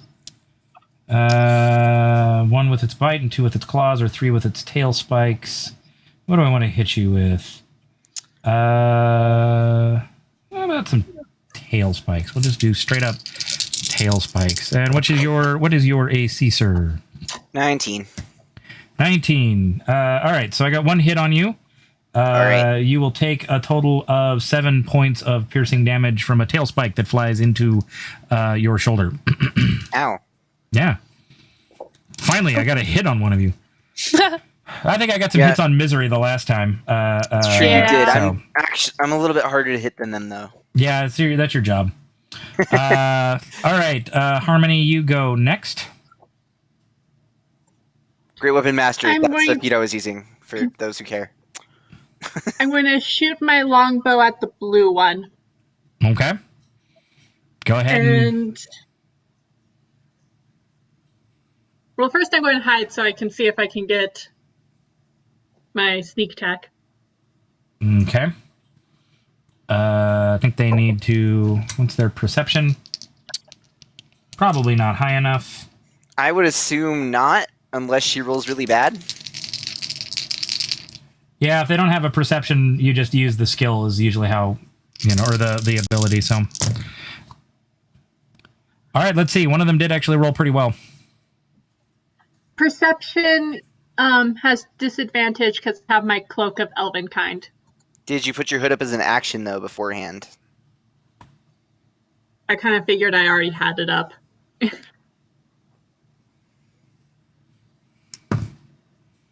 I still need to know. Even with disadvantage, it wasn't that bad of a roll. I got 33. Wow. As I figured, it wouldn't matter no matter what I rolled. I can't get above about a 25. So, It's possible she fails that check. possible. Unlikely, but possible. I'm shooting at the blue one.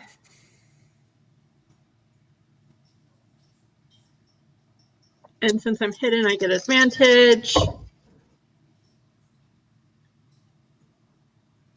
Does a 27 hit? Yep. Awesome.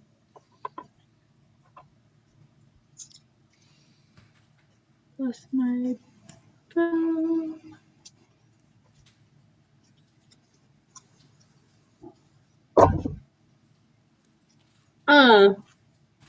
That wasn't a great roll.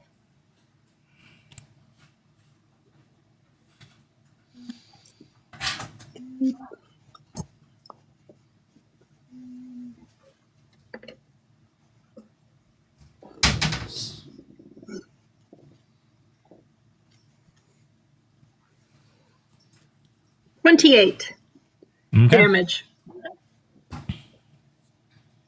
And that would be that one. That was the blue one. So, all right, cool. Misery, you are up next. Okay. I'm gonna back way far up. Let's see. I'm just gonna back up real quick, guys. 5, 10, 15. Okay. And I'm going to cast Synaptic Status right here. Has a Okay. range of 120 feet. And they all have to make an intelligence saving throw. Okay. How does that affect the rest of the party? Because 120 feet is everybody. Oh, I use a sorcery point to cast Careful Magic so it doesn't hit the rest of the party. Okay, cool.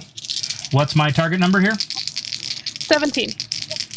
Yeah, intelligence not their strong suit. What?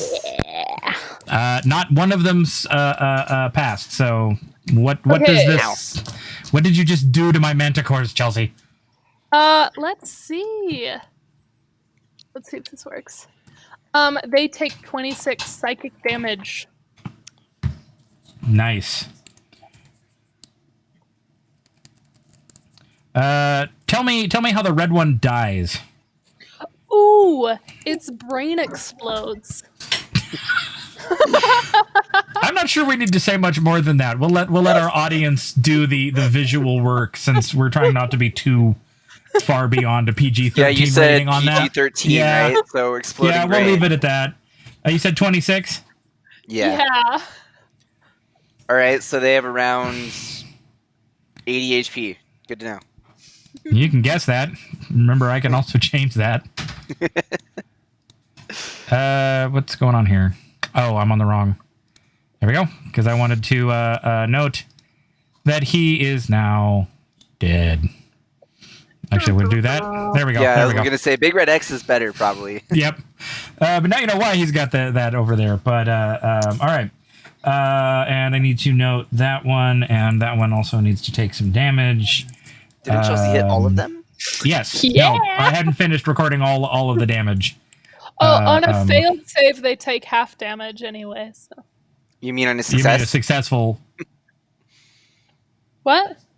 If they fail to save, they just take all the damage. Yeah. No, you're good. It wouldn't have mattered because all of them failed. Yeah. All right. So that was Stupid manticores. Good to know that it wasn't save or suck, though. all right. Cool. That leaves me with 3 manticores, and all 3 of them actually get to attack this round. Wow. Oh Because you boy. only nuked the one that would already attacked. Let's see. You're hidden. I'm going to have to figure out how to get past your Heidi stuff. I'm going to have to.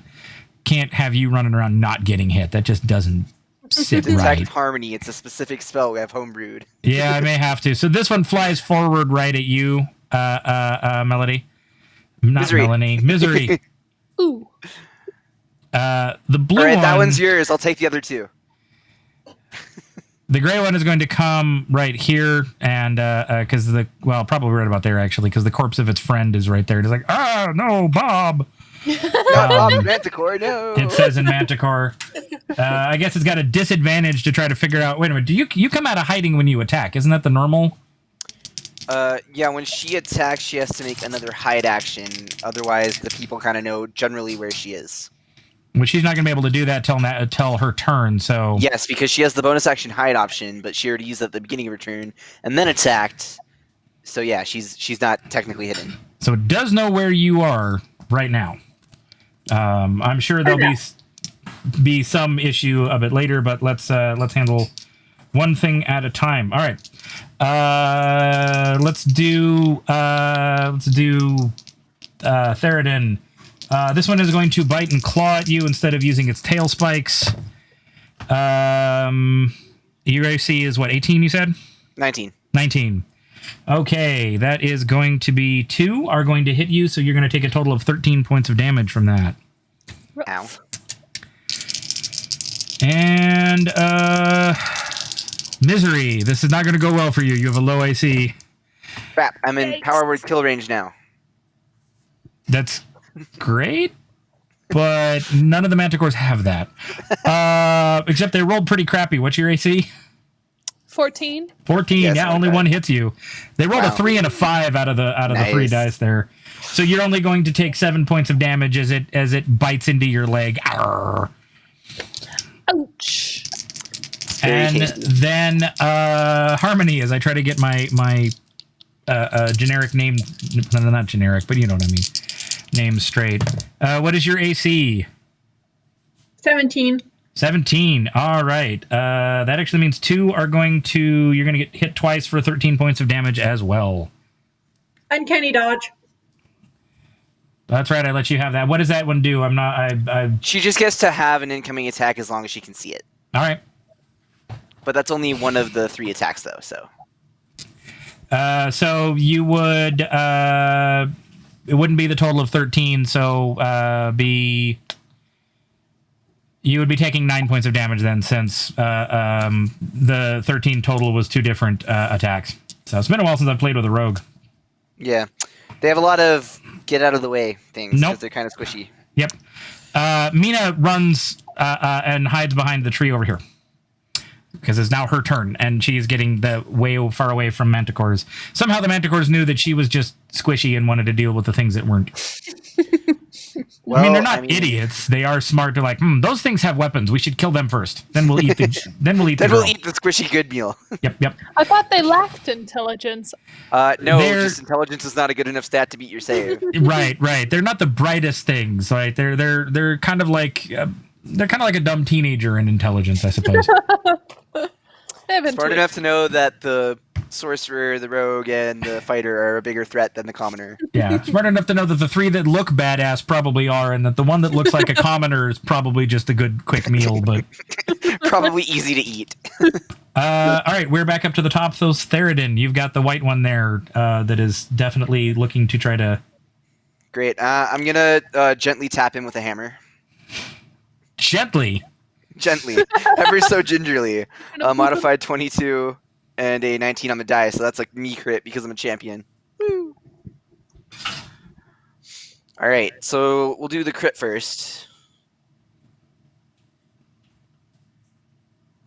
Okay, so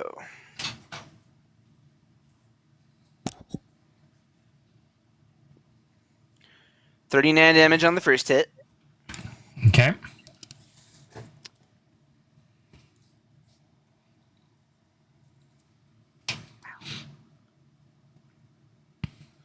Okay, and then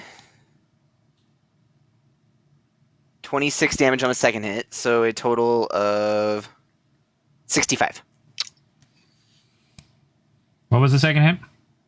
A total of 65. The second was 30 or no, 29.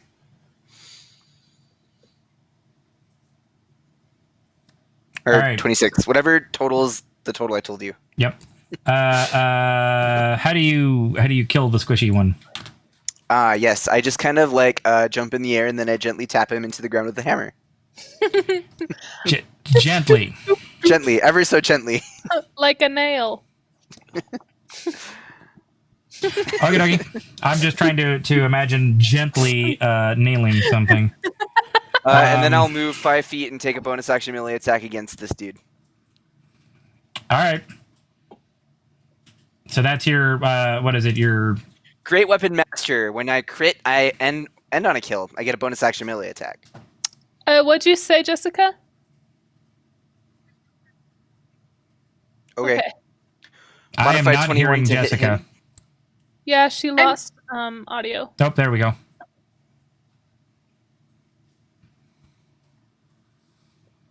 Did you figure it out? Yeah, I'm back. Cool. Okay. And then 26 damage to that Manticore as I smack him with the hammer. Okay, that's the blue one. He's not looking good, but he's still up. We'll probably take a short rest, so I'll action surge and knock him down. Yeah, so I can tell that doing balanced encounters for you isn't going to work either. I'm sorry, Chelsea. With these two, I'm not sure what I'm going to have. You're going to have some pretty hellacious magic. I'm going to have to kind of up your guys' CR rating to like 15. Synaptic static spell was like the best I could do. Yeah. No, I know. Most of my magic is like, honestly, for roleplay. I know. No. I've looked at your character. I like your character. So you are an enchantress, as it were. Yes. And then 58 more damage to the Manticore. Do you gently tap this one into the ground as well? I do, yes. Nope, wrong one. Does he that actually one. like nail it into the ground? That's not how physics works. Whack-a-mole! And then I Whack-a-mole. menacingly snarl at the last Manticore because I can't hit any more things this turn. And thankfully, you won't be able to hit quite as many. Well, it doesn't matter because there's only one left. Harmony, the only one left is the white one that is facing off with Misery. Yes, come save me. I'm going to come over here because I don't need advantage for sneak attack. I mean, you And could move so you have advantage on the attack anyway, though. That is true. Would I have to be over here for that? That's correct.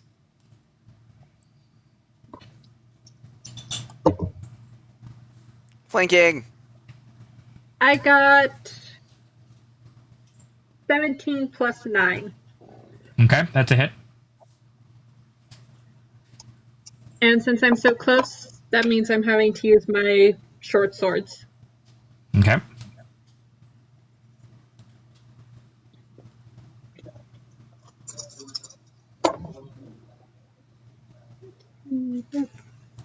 And 20,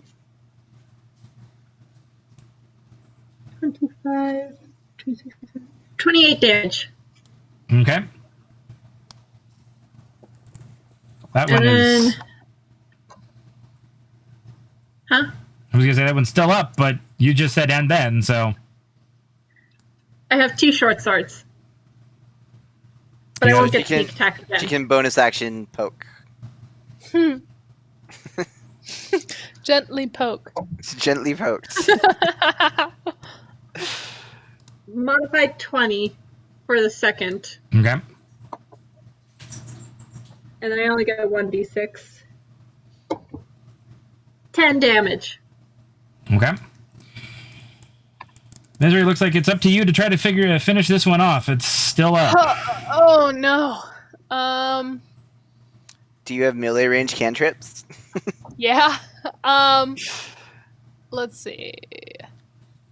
I'll cast Mind Sliver, and he has to make another intelligence saving throw. What's the DC on that? 17? He rolled a 12 and he has a -2. Yay! Okay, let me roll for that one moment. Let's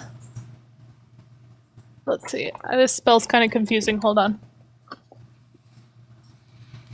Realize I don't have a browser window. I can check that out real quick. Okay, it says unless the saving throw is successful, the target takes 1d6 psychic damage. Yeah. So he'll take 1d6 What? psychic damage. He failed, so you just failed. make him sad. Okay. Yeah. No, it's only if he passes your number. Oh, he takes 2 damage. Yay! His brain only hurts a little bit. It's a slight headache. He drank too much last night. I mean, Yeah, there's I not got much of the a little- brain there, so All right, let me move that down.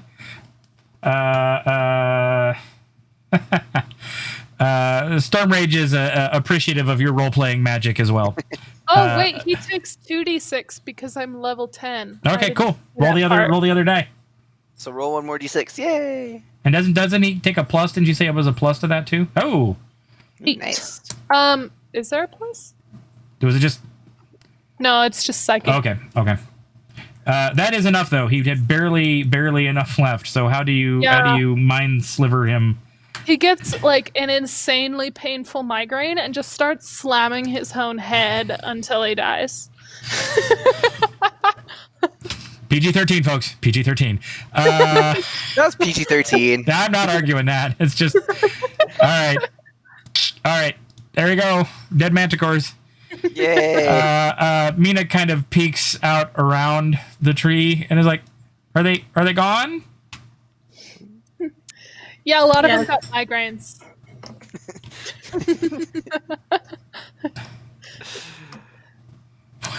Apparently, Dude Man now has a sympathy headache. He's in the chat now.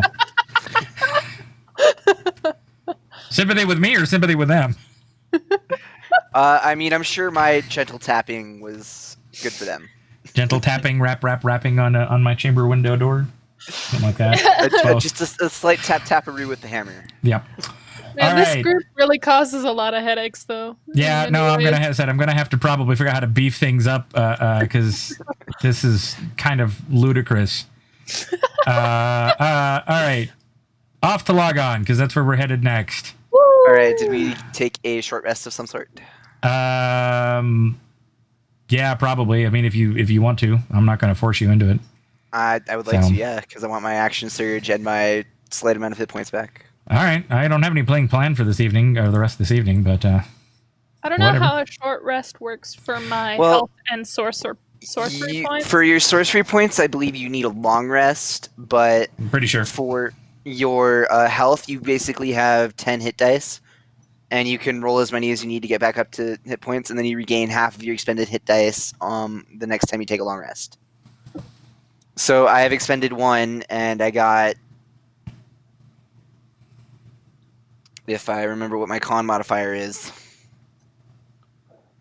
Oh yeah, that's right. 14 hit point back, which I'll call good for now, and just expend the 1.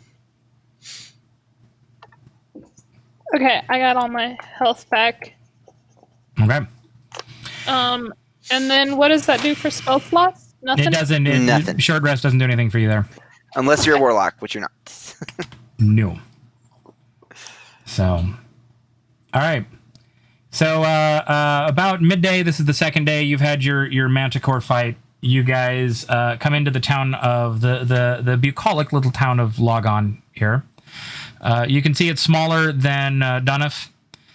You guys are coming in on this side here. I think there's a road there. Chelsea's window happens to be in the way. Yep. Okay. Wait, where are we coming in? The road right here. I can't quite get to it because you're above it on my display. But did you see it? Oh, okay. Yeah. So you guys are coming in on this road. You see these are the potato fields here. Obviously, they've got a little orchard of something here. I don't know what grows near potato. Probably apples. We'll just go with apples. Seems right. Yeah, I think potatoes were at one point called like ground apples, so that makes sense. Ground Unlike- apples and sky apples. Yeah. Ground apples and tree apples. So this is a much more less developed area, more forested, as you can tell, than where Dunoff was. Dunoff was still more in the plains, where Logon is a nice clearing in the forest. It's very, very lovely, actually. It's a nice looking town. I said you're in a sort of mountains area, so you've got these cliffs here, and there's the beautiful little stream that rolls down. Mina, about the time you guys sort of get where she can see the town, she just books it into town. So by the time you guys make it sort of into this area, which is sort of the closest thing they have to a square, it's the largest sort of area. There's a good group of people here, maybe 10 to 15 of them milling about. Mina kind of comes out, and after all of that, what was Mina's last name? I forget. Conrad. I don't know that you told us. It's Conrad. I don't know if I told you, but it's in my notes as Conrad. I don't think I have a family for her, so I'll have to make that up because I've got a whole bunch of NPCs here. Hey, quick question. Mhm. I'm from this fragment, right? Yep. Is my mother here? I don't think you are in. You were from Logon. You were from the capital city on the south, Yeah, she was from Kadak or Whatever that- something. whatever So you call is that city. Is Yeah. my mother there? Most likely, is she where you grew up? Yes. So that's where you would probably find her. So yeah, you're. This is sort of like she's in Pocatello when you're in Moscow, if that makes sense. In Not Moscow, Russia. no little Moscow, too far. Idaho. So she's across the pond. No, just kidding.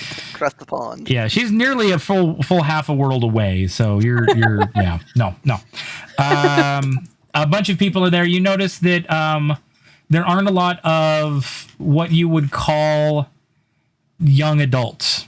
Most of the people that come out are 50s, 60s. There's even that come out. You can tell that she basically lives here. There's like a woman who you swear has got to be 117. She just looks as old as hell. I don't know we're how in old Florida. hell is, but yeah, kind of. At least for that one. There are a few younger, and in this case, I mean that they're like you're not seeing a lot of people in their late 20s, early 30s, right? Which you would assume would kind of be the normal stock working here. You see some very young, 18 to 20, a couple of those, but most of the rest of them are 40s, 50s. A couple of kids come out, a girl and a boy, and sort of kind of run towards you guys, but then stop as their parents sort of like, hey, wait. Because they don't exactly know what's going on here other than Mina gathered them. And Mina kind of looks to the three of you and says, these are the heroes that have agreed to come help us with the bandits. So are we And dropping the potato thing? I think here you I probably think we would. dropped that after we got out of port. Wait, was that in character? Yeah. Okay, I think Mina goes,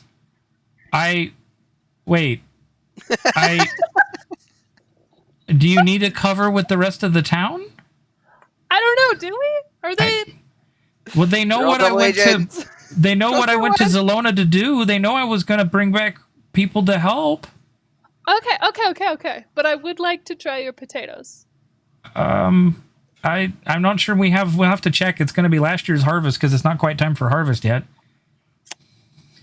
Okay, that's fine.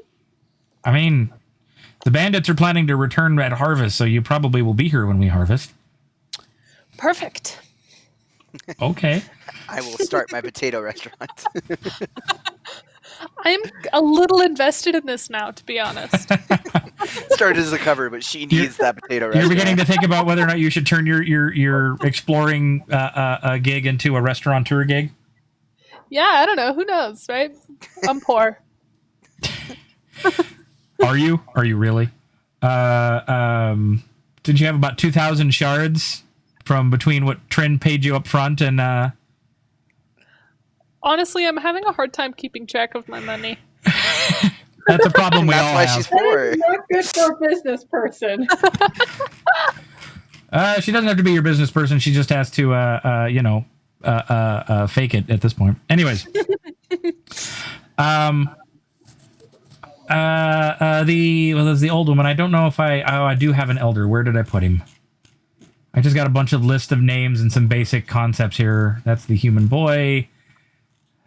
The human boy. The human boy. That's what it says. Is human boy. That's what he's qualified as. Human boy. Sort of dark-skinned man with green hair. Excuse me, not green hair, green eyes and wavy brown hair. He's tall, like 6'5", 6'6", and kind of lithe. So not a bulky man, more graceful. Kind of comes out and looks the three of you over with a very discerning eye. I'm assuming many of you have met farmers. You know that kind of look that they give you when they're sizing up whether or not they think you can do something.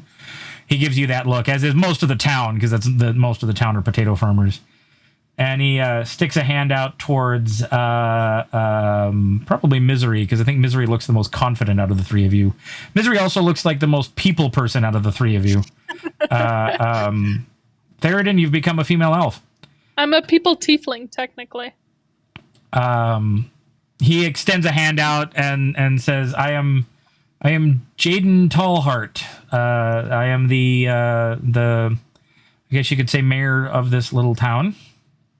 Oh, hello. I'm Misery, and I am here about your bandit problem. I'm sorry, did you say Misery? Okay, just making sure I heard you right. And you, and he looks to actually, yep, there you go. Are you back, Damien? Damien's having connection problems, so he's going to look to Harmony and says, and you, ma'am? Harmony. Harmony. Misery and Harmony. She's not much of a talker. You know, she's more of a Doer? a doer. Yes, yeah. All right, yeah, then quite a few of the town are like that. And is the dwarf back yet? Theoden, darling.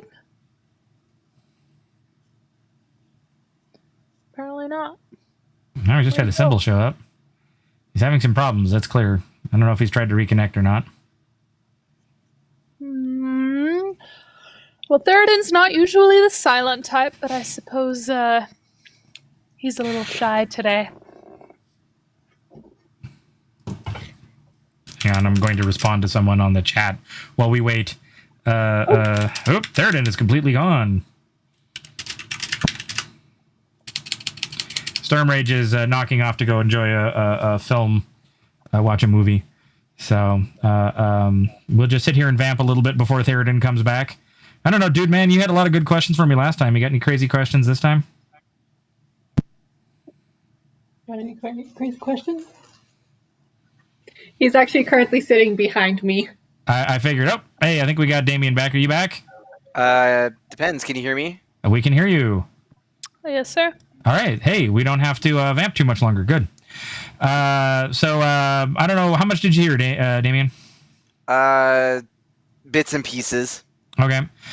He's introduced himself to Misery and to Harmony, and he's turned to you. His name is Jaden Tallheart. Okay. He says he's the mayor of this town, and he turns to you and says, and your name is? As he sticks a hand out. Theoden Battlehammer. And I guess I'll shake his hand. Okay. Harmony, did you shake his hand? No. I feel like Harmony's a germaphobe. Am I correct? She's wearing a mask and maintaining social distancing. The corona will not be caught. No. I thought we were doing this to escape that thought process. And by the way, I don't know if I mentioned this to you. I don't like social distancing because I don't think that's what we're doing. We're physical distancing. Because think about it for a moment. We're not social distancing right now. Yeah, we're talking, That's right? true. We are socializing. I think physical distancing is a better term. Yeah. I like So- that more too. Social distancing sounds sad. It does. We're physical I'm also distancing. pretty Just sure that the people who invented this aren't English majors. fair enough. I got it from Adam Savage of all things. That's where I first heard about physical distancing, so I'll go with it. I happen to love his podcast, which they kept going. They're doing it through Zoom instead of, In person, So. yeah. No, I highly recommend. Check out his website, Tested. You can see some of the fun things he builds. So, anyways, there's my 2 cents. There's my plug. I'm not going to get any money for it, but there's my plug. I don't think I can. Well, I don't know. We might be able to. They're still working on whether or not we can accept an Audible contract if we ever got a podcast up and running. That was a question I had. Yeah. You can no. also look into Blue Apron. A lot of podcasts are sponsored by Blue Apron. Yeah. YouTube no, channels, podcasts. Really, they just take the sponsorship where they can. Yep. No, I mean, if we ever get an ongoing event, because this is sort of a one-off, we'll have to look into that. I'm willing to be part of a stream that goes longer. Yep. I don't know how much I can do that over the summer, but when term comes back up, we might look into it. Yeah, no, I love Mythbusters. It's one of my favorite TV shows. I'm sad it's gone, but Tested website keeps me going. Sorry, Dude Man said go Mythbusters. So, anyways, so Jaden is like, so sorry. Mina was able to convince you to come help us, huh? Yeah, I mean, it didn't take a lot of convincing, to be honest. I am happy to help, especially in a situation like this. He says, "Really? You don't strike me as the paladin type." Oh, well, it's interesting because it just feels like something more is going on, So I'm thinking a dragon. Oh yeah, apparently, Dude Man's decided you need to face either a dragon or a pit fiend because that might actually be a challenge. I might contemplate the dragon. Pit fiends are really hard to get into a world where the portals are sealed. Yeah, no, a dragon would be easy for this world, right? Aren't they like a big fixture? Oh yeah, no, dragons are all over the place. And there's all kinds of dragons too. So and dragons can be a challenge at like any range of levels. So that's what I like about them. No, there are lots of other things I can use as a challenge. As I said, I decided to try to use the basic math to balance it, and clearly that basic math does not work for this group. Poor Chelsea. We'll figure it out. I don't know why I feel so weak compared to you two. You guys are getting like well above 20s every time. That's because you didn't min-max your character. You actually wrote a character more about the role-playing than the rules. So min-max for life. Not if you want to keep playing in my games. We will have that conversation if we ever get into a long game, because I do not do that. Dude, man, time to switch from nice DM to mean DM. Yeah, no, I don't like min-maxers. That's not the point of this game for me. So, as you will find out very quickly after a while, the rules don't matter to me. The rules are there as a guideline, not as a similar to grammar rules. They're a guideline, not a rule. I will modify what I need to make the game fun for all of us. Don't worry, you'll still get to kill things. Oh, I'm sure. It's just I did definitely min-max this dwarf. No, I'm very well aware of how much you min-max this dwarf. So. That's one of the things I have to say I like about Monster of the Week. You can't min-max in Monster of the Week. It's not possible. So, especially since I never roll any dice. I don't have rules. The rules don't apply to me. Yeah. Yes. You've got my evil chuckle there a few times there, Dude Man. I'm sure it'll come out later, too. Meanwhile, back at the farm, Ma Power milking the chickens.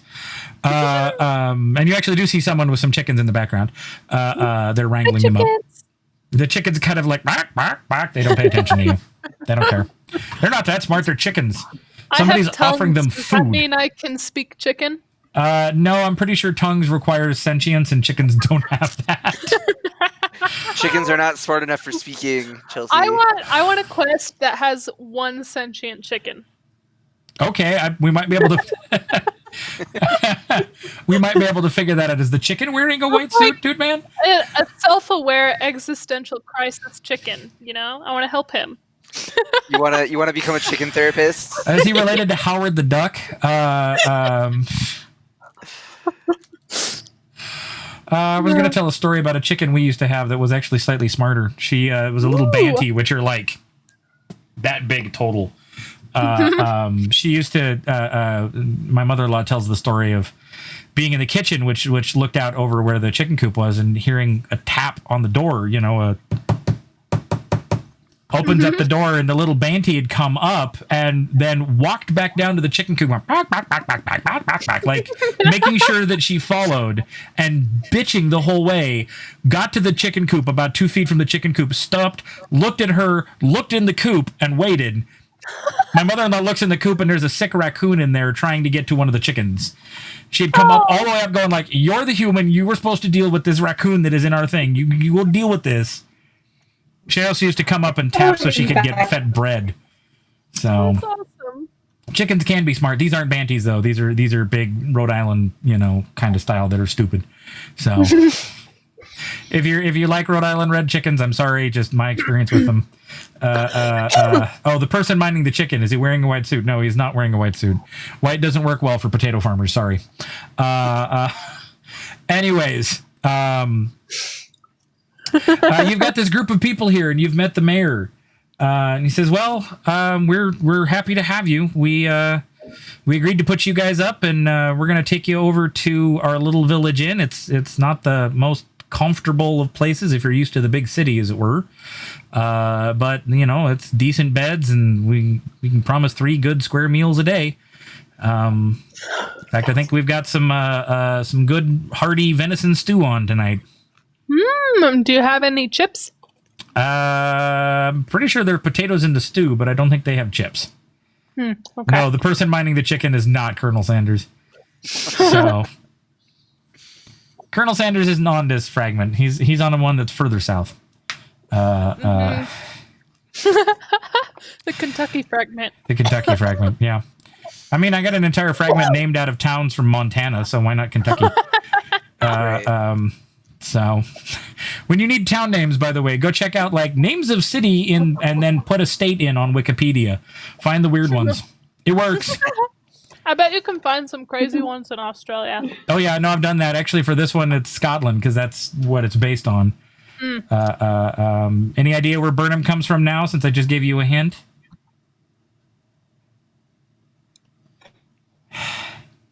I know we didn't read that play. Sorry. Macbeth shall ne'er be vanquished till high Burnham to Dunsinane come. It's the forest that has to march on. I should have guessed Shakespeare. I mean, you really should have, but also we didn't read that one, so. No, but all 3 of you have taken multiple classes with me. You know what my favorite play is, and you know it takes place in Scotland. That's true. I mean, you probably could have put that one together. Yeah, no, I was kind of disappointed when it took you this long to get to it. Yeah.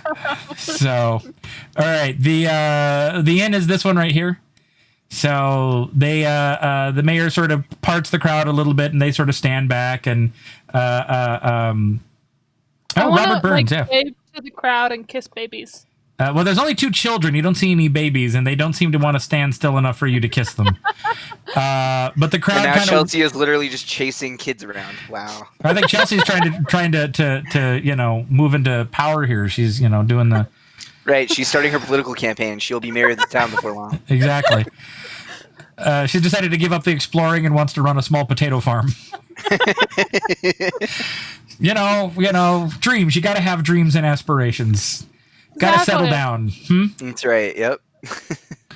Anyways, he leads you up to the inn, and he kind of keeps the crowd back, and you can say like, "No, you need to go back to the homes. Let them rest. It's been a long day. I hear they had some combat too. Just don't worry. You'll get the chance to meet them in the next day, a few days. They'll be here." Most of the crowd kind of disperses. The little old lady doesn't. She's just sort of standing at the back of the crowd watching with this look on her face that tells you that Jaden may be the mayor, but the town probably does what this woman says, that she probably built this town. I want to talk to that woman eventually. Yeah, you'll probably get the chance to pretty quick. But anyways, he pulls you into the inn. I gotta organize my NPCs. Let's see, not that one. I know he's towards the bottom. There's the blacksmith. And behind the counter is this gigantic half-orc. That's funny. They call him gigantic, and then the height that I got from the generator is 5'9". I am going to rule that he is not 5'9". I'm going to rule that he's 6'9". There you go. He's got simple work clothes on and an apron. He's got a bar towel draped over his shoulder. He's actually got kind of pale skin and deep set brown eyes and black hair. He is stirring a big pot of soup just off from the bar over a hearth, and kind of looks back and nods as you guys walk in. Pulls the towel, kind of does this, flips it back, walks back behind the bar, and kind of, all right, Jaden, what you doing? Who are these 3? And Jaden explains and said, well, these 3 are the heroes that Mina brought back. They're gonna hopefully help us with the bandits, and as we discussed, we're gonna put them up in your inn. And he's like, all right, hang on just a second here, and he kind of looks over at you and he says, 2 rooms or 3? Theroden. How's it going? 2. Ew. Are you sharing with him? I think she was planning on sharing with you, but Sorry, water down the wrong pipe at the wrong time.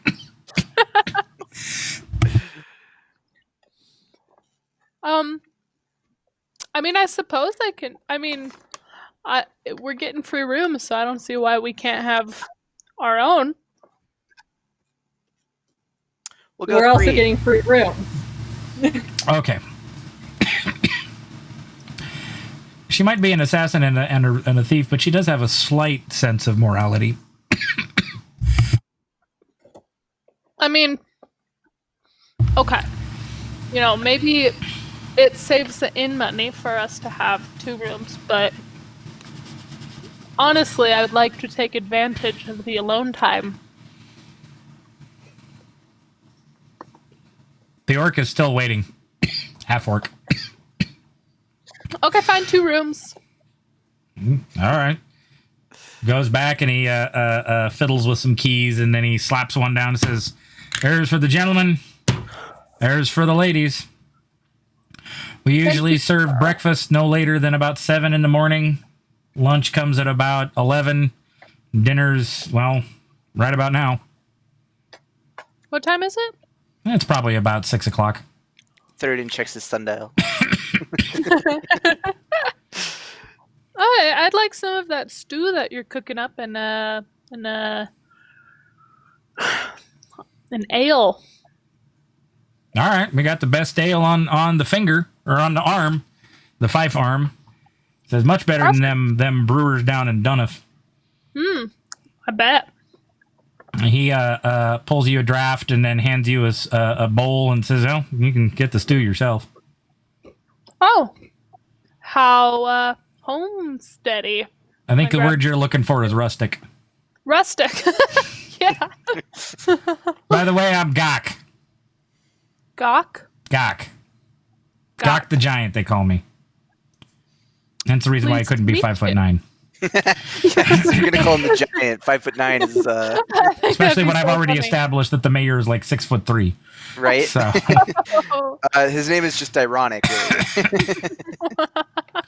He's actually 2 feet tall. yeah, if you need anything, let me know. I think we're good. I Yeah. tried out Just on a some food, stew. drink room. That's about all we need for now. The other 2 of you, you want food, booze, drink? Well, I don't have a lot of booze. I got beer. Ale. I'll I'm gonna take get one. food. He sets a bowl and a spoon down for you. Excuse me. Theoden, did you? I might have missed it. Yeah, I said I'd take a bowl and a drink. All right, and he slaps another bowl down with a spoon. The bowls are all slightly mismatched. They don't look like they came from the same set. Spoons, similarly, they're good in condition and they're washed and they're clean. They're just not from the same set. Same with the glasses. And he Absolutely adorable. thunk, thunk, thunk. You know, he said, "All right, enjoy your soup and beer. I'll be here. I'm sure you'll meet some of the town. A couple of them look like they're coming in. Here comes Eleanor, in fact. Who's Eleanor? You look to see the really little old lady sauntering in. She's in sort of simple peasant clothing and has an oversized, sort of roughly carved walking stick she's using. Her skin is very ruddy and shows a lot of years working in the sun. She has curly white hair, not quite like Rose from Golden Girls, but close.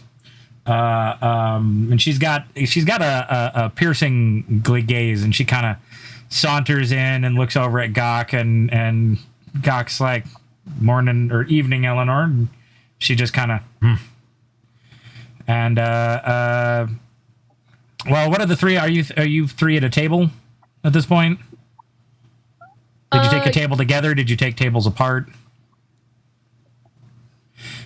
I'm probably in a corner. God, the classic rogue thing. Find the dark corner and go brood in it, right?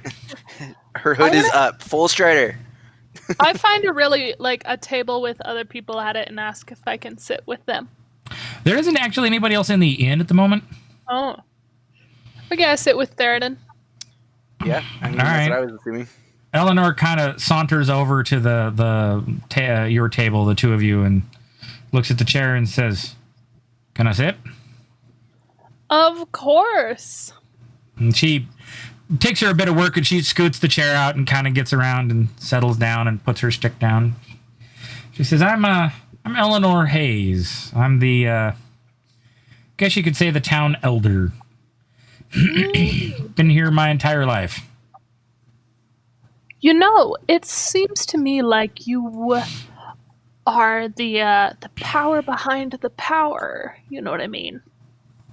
Yeah, this ain't the big city, lady. Like, I'm the old person that tells people what they should do, and then they do what they think they need to do, and the mayor, he does what he thinks he needs to do. He's just smart. He listens to me. Exactly. So, could I ask you a few questions about the goings-on? I figured you're going to have some questions for us, so shoot.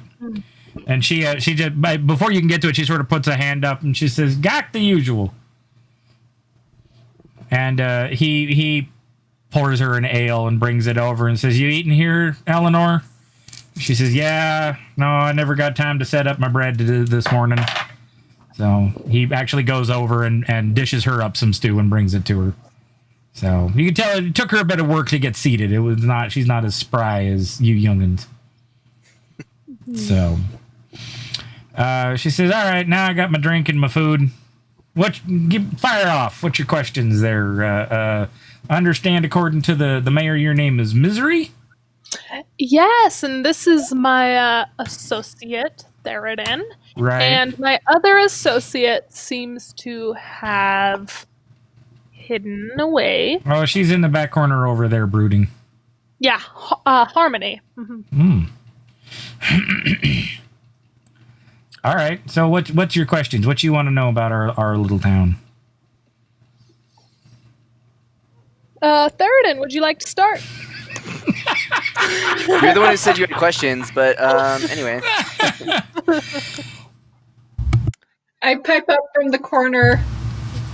How long ago did these particular bandits start attacking, and how often? Oh, well, you're down to the quick of things. Why don't you come over here at this table so I don't have to shout too loud? I wander over. Okay. She says, "Well, that's nice. It's good to be hospitable. Have a seat." She says, "I think it was about 2 months back that the bandits showed up the first time. It's a little early for them. We get bandits every year about harvest. Everybody wants to try to take our taters. But, a couple of the big boys get up and scare them off. And, we lose a little bit, but it's usually not too good. But these guys showed up a bit early and sort of harassed us a bit. And, the boys kind of poked at them and they poked back a bit. And it was interesting. So they've, said that come harvest time, they're going to come back and take our taters. And, well, we didn't feel like we could take them because they weren't, getting scared off like the normal bandits. So, as you know, we sent young Mina out and, life savings of the town, as it were, to hire us some heroes, that'd be you three, to come here and hopefully save our tater crop. Well, and us. So, I think the last time we saw them bandits, though, there was a couple of them came a-raiding, took some apples off of poor Gill's farm, Porter Gill. He lost some apples from his orchard there. Nobody got hurt, but they chopped down one of the trees. Seemed like senseless waste to me. It was a good apple tree. I can't help to wonder if your town is involved in anything bigger. Oh, are you trying to find a conspiracy here, young missy? Well, not a conspiracy, but I don't know. Does your town have connections to anything you're not telling us about that we haven't heard from anyone else? Well, we're a member of the Potato Farmers Guild, if that's what you mean. I just kind of turn and say, someone else is paying for us to be here. Oh, wait. Well, that's interesting. Now you got me in a good quandary. Who else would be paying you guys to come save poor little Logon? I thought you's all doing it for the tiny bit of money and the good food that we offered you. Oh, the food is fantastic. Well, I'm I mean, glad to hear That that. Not gonna being lie, said, I'm genuinely interested in making fries or chips from these potatoes. Oh, well, the ones we got now aren't going to be too good for that. They're last year's crop. But we should be harvesting here in, a couple of days. And some of those, it makes some good chips. We like to do a good fish and chip fry. We get fish out of the little pond there, little brook trout. Oh, this is perfect. Oh, I'm glad to hear that. I forget your name, boy, but Dwarf, you had something to say? the name's Theridin, but no. Young Mina found a benefactor, as it were, who's willing to front the cost of this expedition. Oh, well, maybe there isn't some sort of vast conspiracy. Maybe there's just some goodness in this crazy, messed up world, huh? So Well, you're not buying that concept there, are you, Misery? You've seen a lot of your namesake, I take it, huh? the thing is, I mean, out of the kindness of my heart, if I had known about these bandits, of course I would intervene. But it just doesn't seem like I would ever know about them unless it was part of a larger picture. Well, I mean, we did have to send Mina off to Zelona to try to find someone. They weren't going to be coming to help us from Fife. Damn dragon worshipping, cultists there from the oppressing Perel house. They weren't interested in helping a little Cadmos town survive. That's why we had to send them out. Yes. I mean, but this is just we're just a little potato farming town. There ain't nothing else here, just forest. Closest any sort of living person is going to be Inverness, which is on another freaking, island over there, up north where the Laird is running his little resistance movement.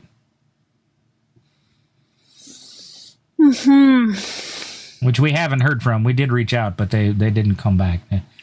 Apparently, we got a busy signal. That was out of character just because I had nothing better to say. But So this is the closest settlement to the resistance. well, I mean, yeah, if you want to go by the crow flies, but most people can't jump across to the island that Inverness is on. It's a bit of a distance there. Got to have yourself some flying creatures or some airships or something.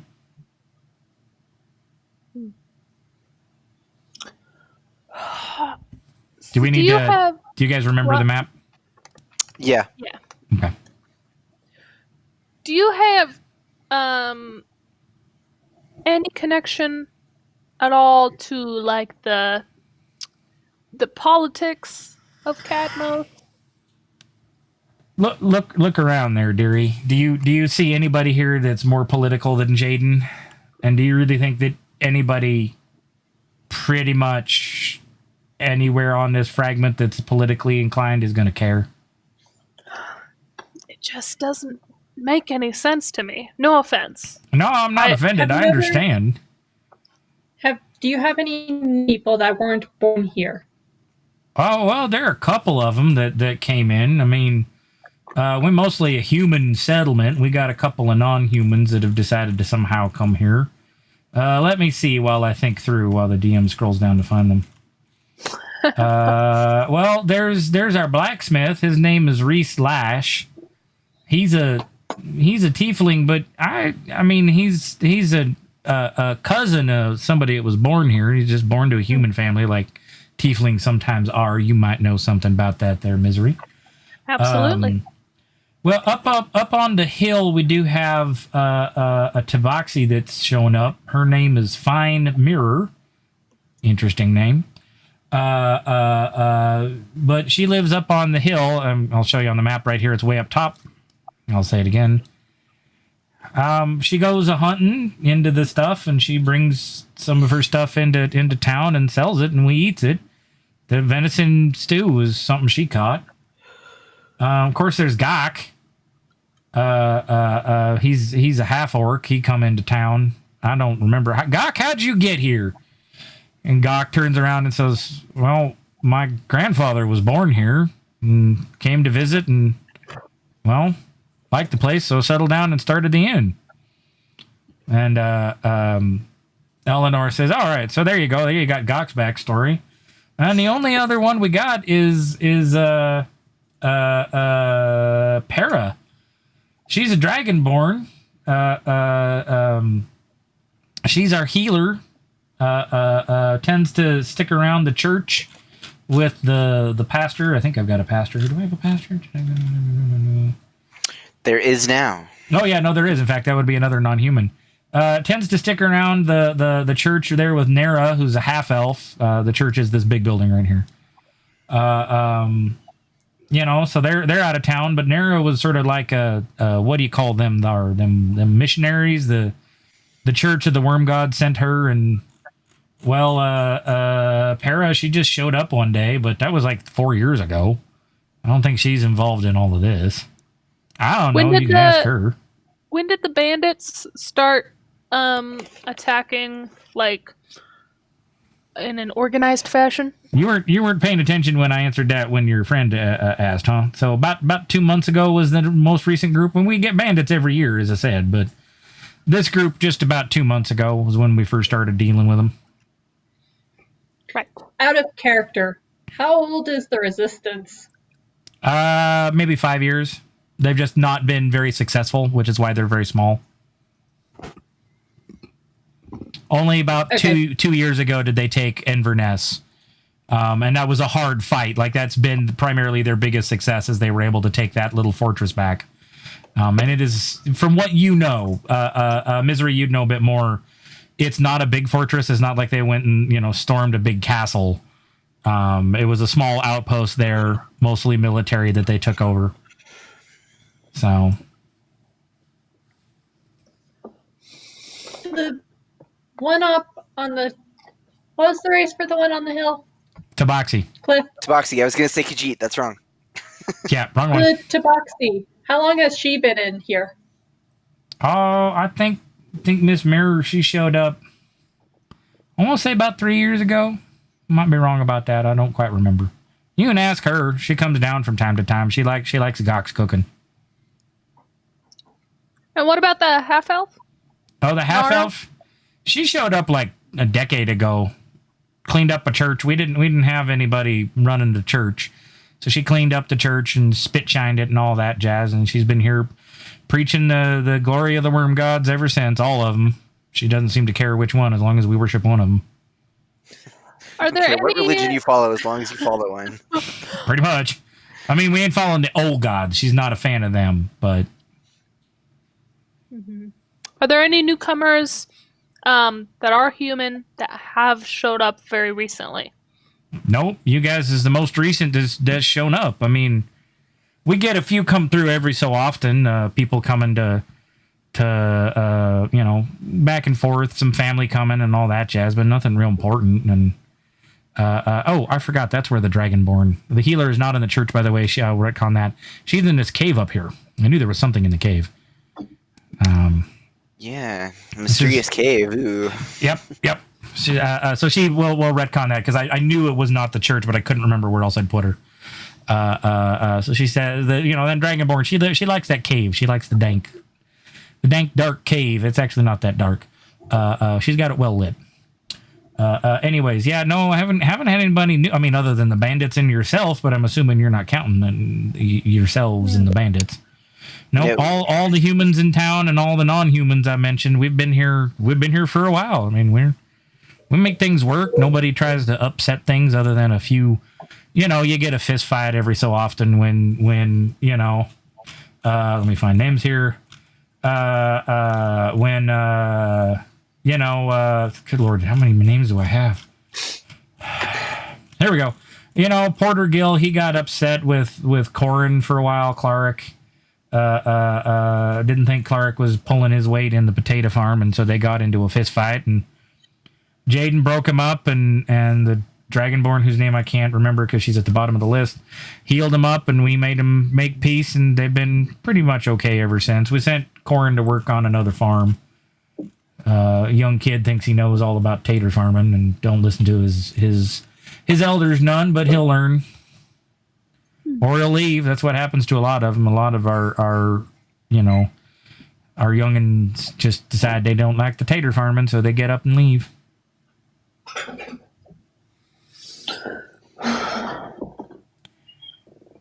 I answer all your questions there?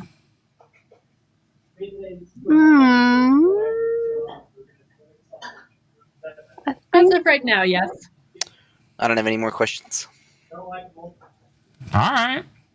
Cool. I got a few. I don't think she says cool, by the way. That's me. Cool. Wow, this old lady is hip. I done got a few for you. Make sure that you use the type of people here we think can save our little town. So you say there's this mysterious benefactor who's hired you to come in and save our town? Yes. He's not exceptionally mysterious. I mean, he's an agent, pretty well known. Oh? He's He's the kind I'm of pretty guy sure we're who talking about the gets person who hired the agent. people like Mina in contact with high-priced mercenaries like myself. he's a bit of a philanthropist, to be honest. So there may be nothing to this other than bandits. I mean, that's as far as we know. They're just more organized. We figured they got some sort of, smart-ass bandit leader instead of the dumbass ones they usually have. Sorry, that was the DM cracking himself up. Sorry, what was that there, honey? Oh, that could totally be the case. I mean, that's what we figured. Yeah. So, I heard Mina talking. Sounds like Dunuff done got burned, huh? Yeah, it seems these bandits are a bit more destructive than the usual type. So it's understandable that someone would want to intervene. Yeah, no, that distresses me, especially since you really haven't answered my question, or I suppose I haven't asked it yet. You guys kind of gave me you say it's a philanthropist, and Harmony, you mentioned that there was like somebody else that hired the philanthropist. Is that right?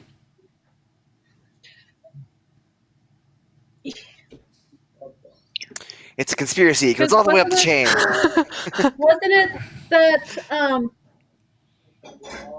he was contacted to take her thing and a third party was paying for it all? Yes, that is correct. Yeah. We probably don't have to mention that, though.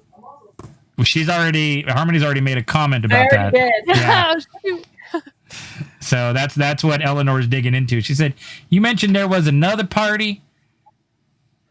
There was a third party that hired him to take the contract and is paying for everything. So you're It could be somebody's rich uncle. We really, we don't. you don't actually know who's paying you to do this job, huh? No. And you took it anyways. Yes. I mean, that's cut and dry. I can't argue with you that one, can I? All right. So how much they paying you? Up front, 1,000 shards. After it's done, 5,000. You are just so candid, aren't you? That's for a rogue. That's a lot. Okay. That makes me kind of wonder, like, are you in this for the money or are you in this to actually help this town?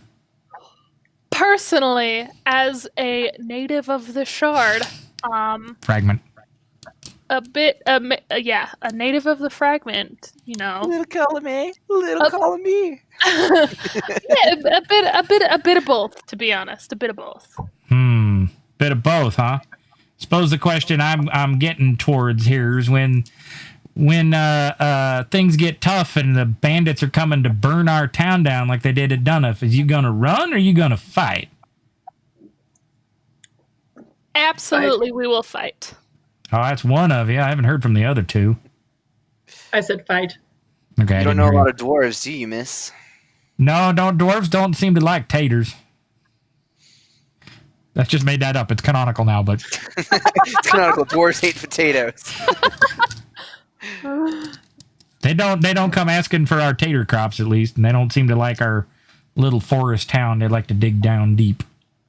We do like mountains. That's true. Under them, not on top of them. All you need to understand about us dwarves is we will never run from a fight. Well, I guess I'm gonna have to take your word. We don't have many other options. But note that old Eleanor, she's watching you. Keep my eye on you adventuring types running around our town. You be good to the townsfolk. They're just simple folk. They ain't too smart. Oh, you have to understand, we have compassion. We're not just in it for the wealth. Yeah, I'll give you the benefit of the doubt, but I heard other people say the same thing once. They was in it for the money. As soon as they got it, they booked. Where do you think my ex-husband went? Jackass. Your husband? Ex. Huh. Her husband was a donkey. Interesting. That ain't what I mean, and you know it, dwarf. That's a PG-13 term. We're good. We've only had one other swear word, so. You get one. That's the rules of PG-13. I mean, per PG-13, you can get one F word. We haven't even dropped one of those Yeah, yet, we haven't even dropped our F word yet, so we're good. All right. We're almost two full episodes in, and we haven't done one, so. Yeah, we get one. We gotta use it correctly. Don't worry, I'll figure out the most appropriate spot to do it. All right, well, I think I'm satisfied. If you need anything, I live just across the street, right next to the church there. Dude man says, I think Granny's gonna whoop up on that dwarf. I live right across the street there, right on the other side of the little tree there, right here. She doesn't say that, but I'm marking it so you can see it. Pulls out a map. I live right here. So if you have any questions, you just come talk to old Eleanor. So Gok, food was as good as ever. And he comes out, and she's finished her bowl, by the way, and the mug's drained as well. And he comes out and collects it, says, well, thank you, Eleanor. And says, I'm going to head on home now. You want to send your boy off to make sure I make it? Yeah, okay. And Gok, summons up some small, not small, but young-ish helper, and he helps her out of the building and kind of keeps an eye on her as it's getting dark. So... And have you guys finished your food? Yeah. Yeah. Okay. Yes. And Gok collects your stuff. Says, can I refresh any drinks? I'm sure someone else is going to come talk to you here soon. There's a number of people outside that bar. Yeah, I'll take another ale. Yeah, Might as well. enough. I don't know why Gok just slipped into Eleanor's accent. So, you get it? I noticed that Misery was slipping into Eleanor's accent there from time to time. It's hard to not talk in a southern accent when everyone else is. Uh-huh. And Gok refreshes your drinks, and about that time, actually, the Dragonborn walks in. She is... nope, I don't want that. Let me change that around. Let's go with... she's got bright copper scales with orange eyes. She has sort of reptilian whiskers that stick out of her mouth and such. She's playing with a coin, kind of back and forth on her knuckles. As she walks in, she's clearly, some sort of cleric or healer. She's in robes. They don't identify necessarily what religion. You can see sort of, you're thinking again, the worm gods. There are people that follow specific gods, but a lot of places just have a church to the worm gods, the whole group. So they pray to the right god for the right things, right? And she kind of saunters over to the bar. So kind of Game of Thrones style? Kind of Game of Thrones, yeah. She kind of saunters over to the bar and orders a beer and kind of pretends like you're not there a little. Like she's didn't directly come in to talk to you kind of a thing. She so did, though. Para! She turns around and says, oh, I see Eleanor's been dropping names again. Yes, Para, right? That is correct? Para, yes. I won't try the last name. Well, I can pronounce it, but you might have trouble with it. Oh, I think you'd be surprised. It would be Hishtoreth. Hishtoreth? Toreth. Okay, well, we'll not try again then. That's why I have a first name. Why don't you have a seat?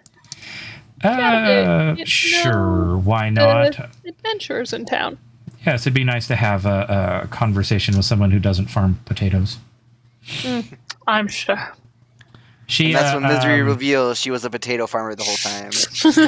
she flips her chair around and sort of sits on it backwards, you know. as- She's cool. Puts she her hat seems on to be backwards. trying that. You're not sure how cool she really is, but she seems to be trying to make an impression here. And she settles herself and swigs the beer and says, well, what would you like to discuss? How long have you been living here? What did I say? What did Eleanor say? 2 years, 3 years? 2 or 3, yeah. 2 or 3? It's about 2.5 years. I don't quite remember. I looking for a quiet place to sort of retire. And found this lovely spot, and they had a cave open, and I happen to like caves, so It's a great choice. yeah. You know, don't have a door, but nobody seems to bug me, so.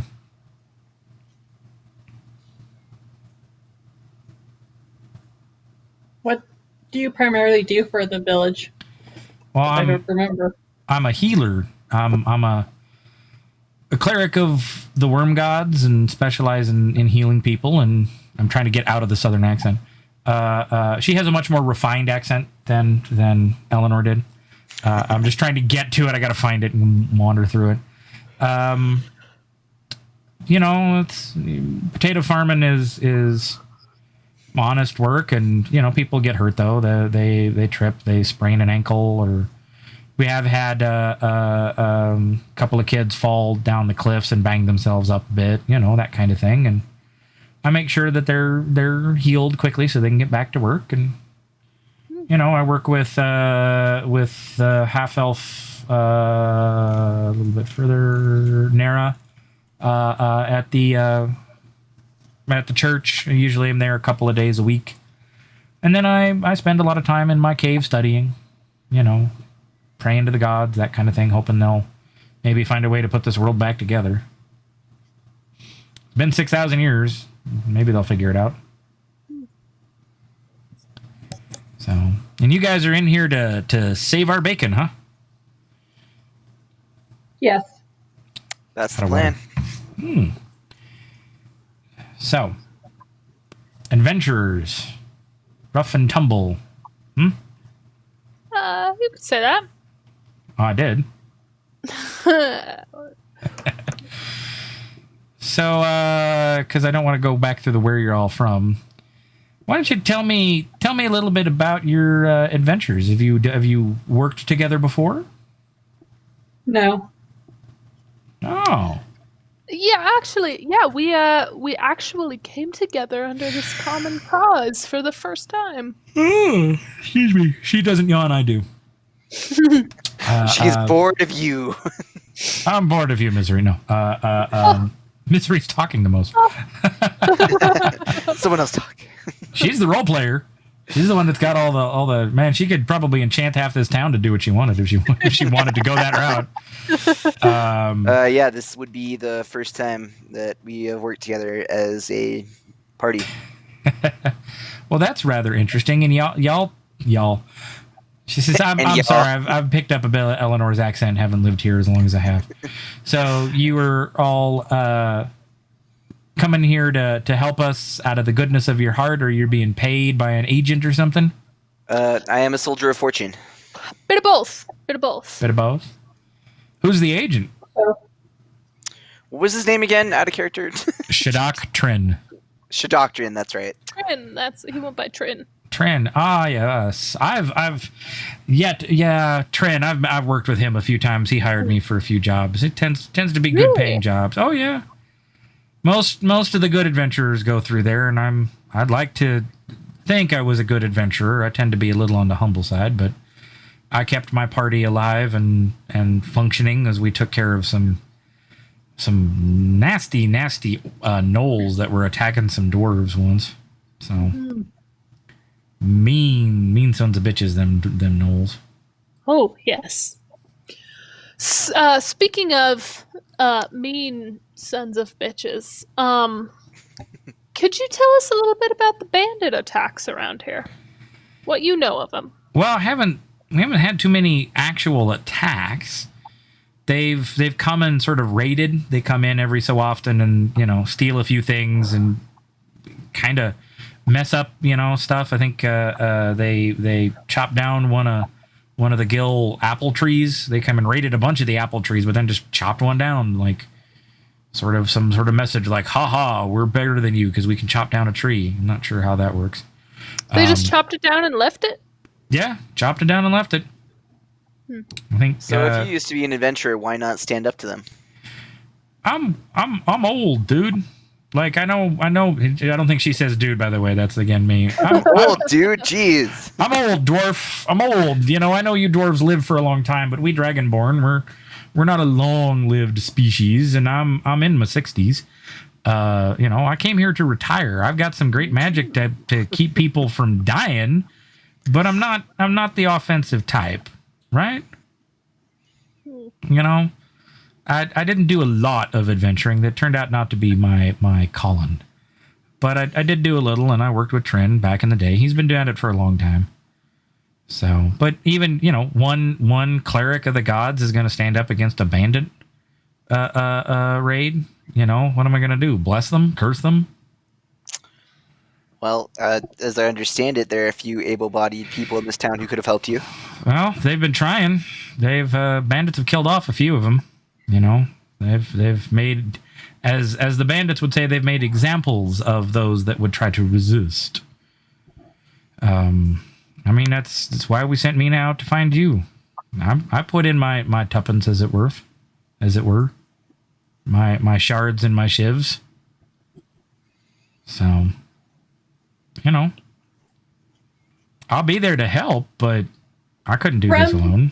Your time as an adventurer, have you noticed anything odd or unique about these bandits aside from their well organization? Not really, other than they're well organized, and they seem to have some sort of. I mean, there's a reason they're doing this. I think I have a tough time thinking a bandit party this well organized needs potatoes to feed itself. It's already feeding itself, right? And I don't know. There's something smells fishy there to me, and I understand you guys are seeing the same thing. I don't know what it is. I don't think potatoes are their. There's something more going on here. Exactly. I don't think.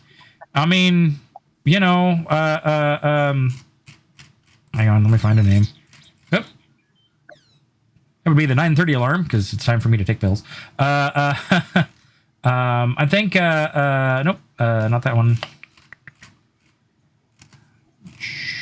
Oh, I don't have anybody left. I thought I had another old couple. Oh, hang on. Okay. I think I worked with Anthony Rain. I'm not sure you met him yet. He's a brute of a man, but you know, he's kind of tender. But we some time ago he got a itch to think that maybe there was some sort of artifact around here, some magic-y thing, and he brought me out and we did a bunch of magic-y things, and I tried to detect anything magic and all that. And if there's an artifact buried around here or something like that, it's deep. It ain't in my cave because the cave doesn't go very far. You know, there's just really isn't. I can't think of a reason why they'd be here. You know, we're a tiny little town in the middle of nowhere. We survived somehow. The town survived the shattering 5,000 years ago. But Can you tell me more about this artifact? Where'd you hear about it?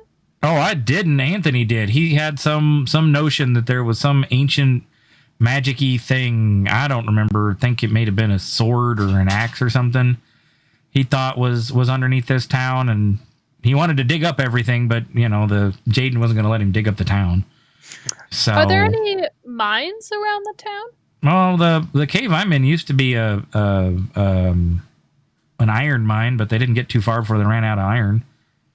So it's not really a mining area. I mean, we do taters, and I mean, we could do sheep, but it's not good grazing area for them. So we do taters. Well, they do. I don't. I help, but I'm not really a farmer. Do you know where we could find this Anthony? Oh, he's probably in his house if at this point. I mean, it's getting dark, and they got to get up early. He lives pretty close to where you came into town. He's Here, I'll mark it on the map. So, did you find it? Yeah. So he lives saw- there. Works those fields that you passed as you came in. Those are his. So you can talk to him. I think he just had some sort of notion of trying to make Logon feel a little better. Oh, Put us on the map if we found the ancient sword of Kalamazoo or whatever. So, Okay. well, it was good talking to you. I think I'm gonna head off to my cave and get a good night's rest because I'm sure they'll be working in the morning. Absolutely. You've been exceptionally helpful. Well, I'm glad to hear that. I suppose you know where to find me. I'm in the cave, and there's only one cave around that I know of, at least. So, Yes, we'll probably be by sometime right. soon. Well, you have fun with that. I suggest you get some sleep because you'll probably be hearing lots of stuff early in the morning. As I said, it's a farming community. They like early mornings. That's why part of the reason I live in the cave. I can somehow sleep in an extra hour sometimes. Oh, yeah. I get that. All right. Well, she saunters out, and I think that's probably where we're going to leave it. We're about 9:30, and I think it's a good stopping point. I figure you guys are going to take a night's rest, and we can deal with more NPCs in the morning. So yeah. So this has been the second part of Delta Nu Delta's stream of Shattered Lands Resistance. I am your soon to become evil dungeon master, I suppose, Dr. Jake Claflin. And I'll let the players sign themselves out, as it were. I'm Chelsea, and I've been Misery, the Tiefling Sorcerer. I'm Damien. I've been third in Battlehammer. Min-max for life. And I'm Jessica, and I've been playing the Rogue Elf Harmony.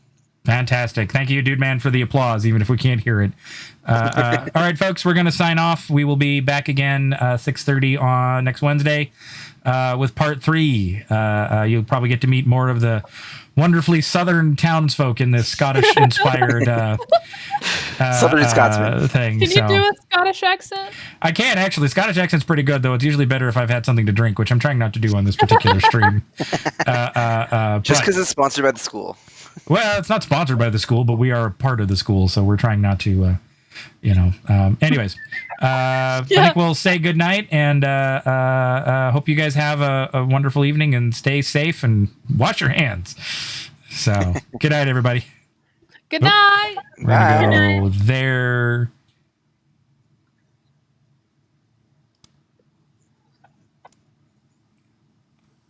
All right.